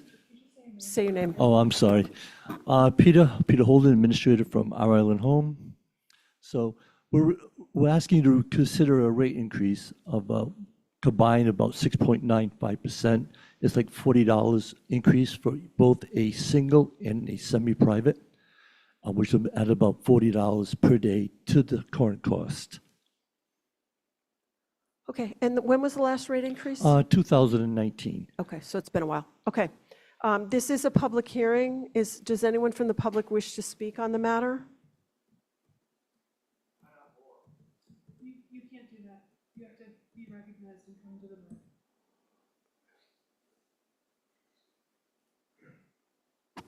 Brooke Gibbs. Just wondering why only $40, which is like 7%, if it's since COVID. It's been 6 years, and you got to consider there's going to be more coming up. Oh, we will be increasing the rate. Is it Wait, annual? hey, gentlemen, Oh, I'm sorry. through the chair. Ask the question through the chair, and then I will ask Mr. Holden to respond. Okay, I'm sorry. I didn't yep, realize that's okay. that was how it went. Not everybody gets select Okay. board protocol, so Okay, it's I'm curious as to why you don't consider, or he doesn't consider it to be more or proportional to interest or to increase to now from 19 and only asking for that amount. Okay. Okay. Mr. Holden? We do plan to increase it. We just don't want to increase it dramatically at one time. It'll be like a sticker shock. We went through a massive amount of inflation over the years, which we didn't anticipate. So we do plan to phase in additional increases coming up. We just don't want to do a sticker shock all at once to the current private pay people in the facility. Okay. We're trying to be considerate how we do it. Of people paying for them by themselves. Wait. Sorry. Yeah. Okay. So this is private pay? Yes. Okay. Okay, now I understand. Okay. Thanks, Brooke. Cool, thank you. Yep. Amy? Amy Eldridge, and just, I support the increase, but my question is, it's only on private pay, so when you submit to Mass Health to cover the days, how does that affect, so that there's no increase on, like, the assistant portion? So I think you're asking how do reimbursements work on health insurance rather than private Yeah, pay? because private pay, like, my grandmother was down there for couple of years and they were amazing down there, and it was $15,000 and like $500 a month. It's a lot of money. You're asking to add $1,240 extra per month, depending on how many days there are in that particular month. And it's a big expense. And I understand that if you've got the money, you pay for it, but is the rate that you're submitting to the state for reimbursement through Medicaid and Mass Health also getting an increase, or are you just leaving it at what its current rate is now? So Those rates are based, those reimbursement rates for Medicare and Medicaid, they're based on from CMS and Medicaid themselves, the state of Massachusetts. We don't set those rates. Yeah, so they're set by. Okay, I just want a clarification. Thank Sure. you. Of course. That is the purpose of a public hearing. So, okay. So anybody else from the public wish to speak? And then the board, Amy? Amy, Dawn? That's good. I just wanted to say that I was in on some of these discussions about the rate increases, and there was a lot of very thoughtful discussion on how to get back up to the level that we need to be, especially with going forth with proposing the new facility. So I just wanted to note that. But Thank you. And I would note that labor costs, material, supply costs, everything's going up. So there's no way to avoid increases, and I too appreciate the not doing it all in one fell swoop. So, but keeping an eye on it in years to come to make sure it's tracking and we don't have big leaps. That is our plan. Okay, terrific. If we're ready to close the public hearing, I'm not seeing any hands raised or anything. So moved. Okay, I have a motion to close the public hearing. Second? Second. Okay, all those in favor? Aye. Aye. Okay, the public hearing is closed on the matter. Motion to approve the rate increase. Second? Second. Second by Matt. All those in favor? Aye. Aye, that's Thank you, Madam. unanimous. Thank you, Peter.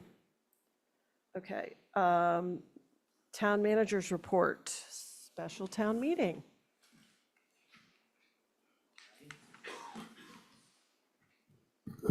Thank you. So some time ago, we started talking about having a special town meeting this coming fall, and the primary reason for it would be an appropriation for DPW facility construction.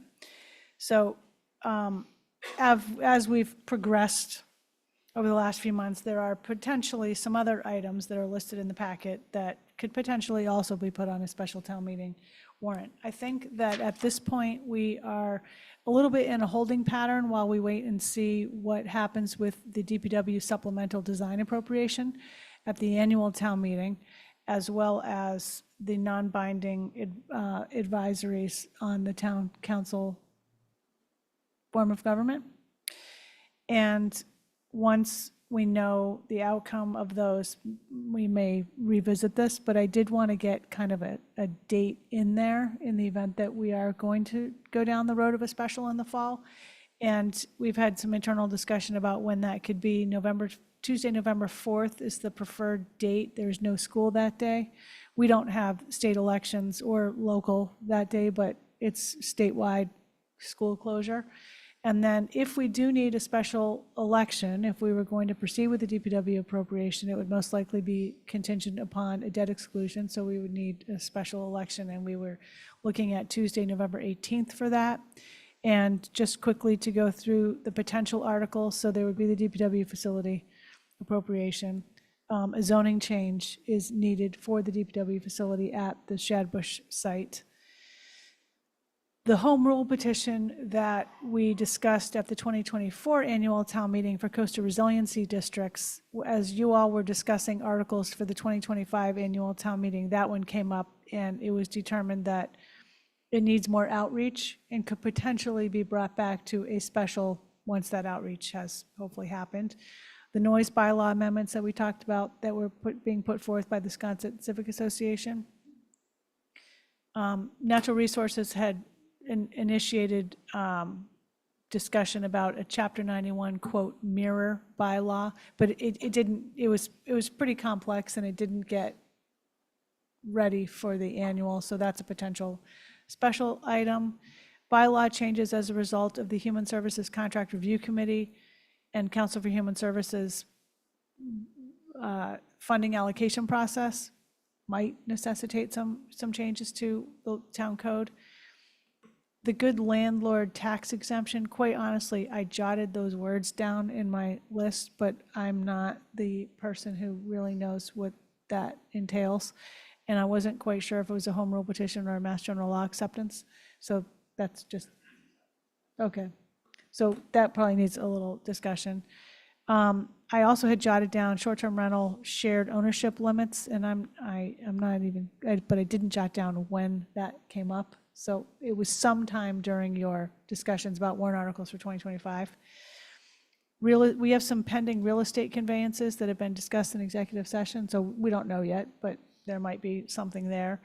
The Town Council Study Committee is, I think, in the process of discussing whether or not it would recommend putting forward the new charters that would initiate a town council form of government at a special town meeting. And the chair and I met last week about that, and I think probably there is a joint meeting in our near future with the town council study committee and the board on that.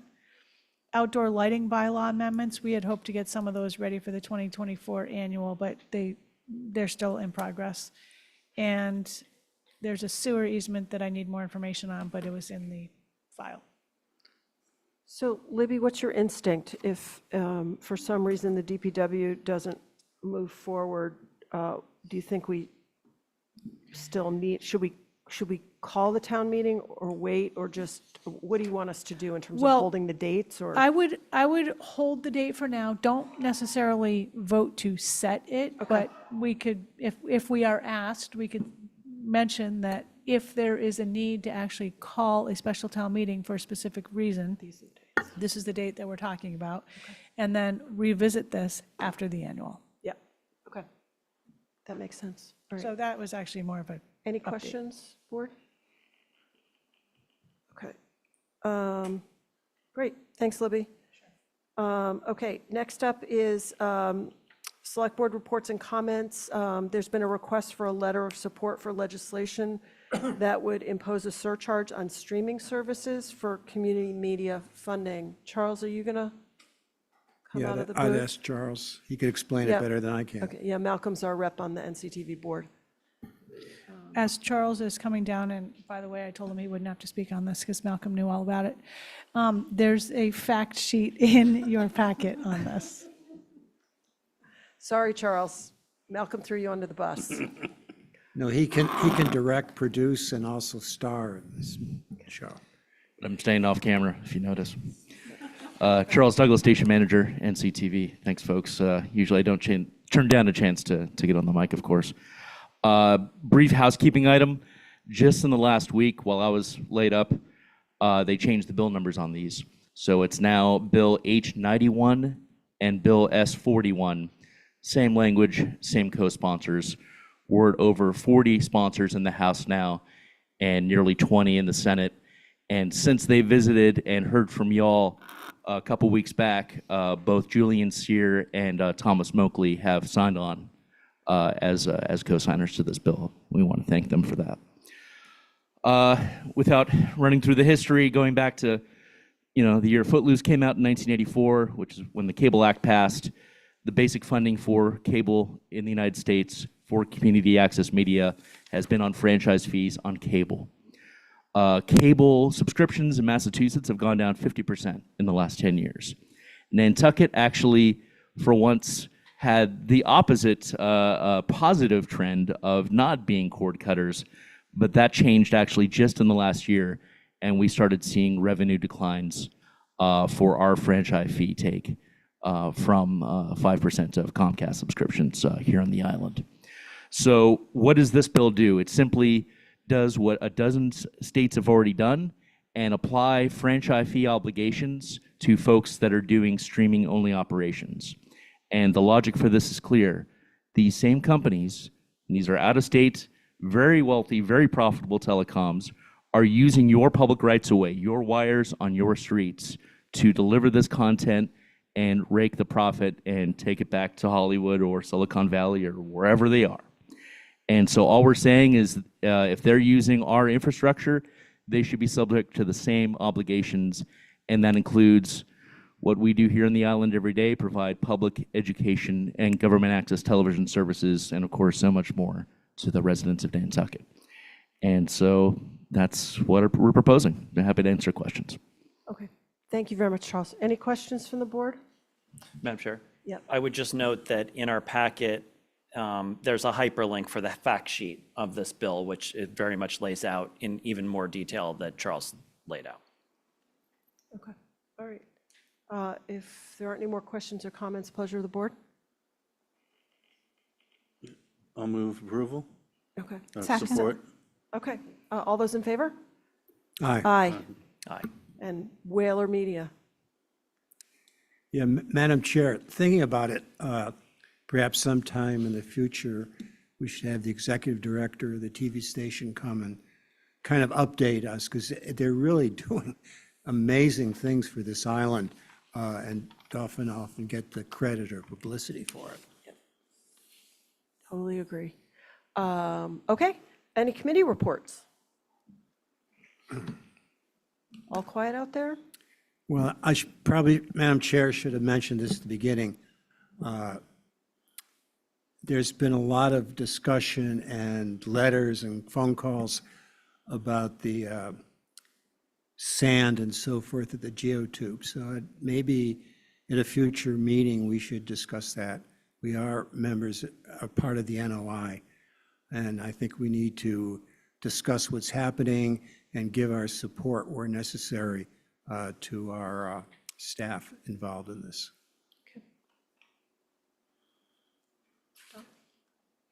I just wanted to, we're really ramping up with the outreach for our Island Home coming up to town meeting.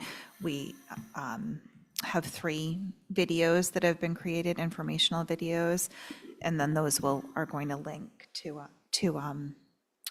additional information because they're like 45-second clips, and they came out really great. And we also have a series of meetings like Rotary and Sherburne Commons, and the town committee already happened. So there's a number of things happening. I just wanted to put that out there. And I would remark that the public outreach session regarding the DPW, the joint DPW Hunting Association project at Shadbush Road happened last week. Was that this week? Last week? Last week. Yeah, thank you. And there were probably overall about 75 or 80 people attending between online, YouTube, and in the room, which was good. And so we reviewed all of that, and that is recorded, and folks can view it online. And so seeing how the intersection of the Hunting Association now is proposing an indoor facility adjunct to the DPW facility out at Shadbush Road. So encourage people to take a peek at that. Anything else? I attended that. I think it was great. And I think that it's a huge advantage if we can do this together, because the town is going to bring the utilities right there, and there's going to be some shared parking. There's some huge advantages that should help the hunting if this can all come together. Okay, if there's nothing else, motion to adjourn? So moved. Second. Okay, all those in favor? Aye. Aye.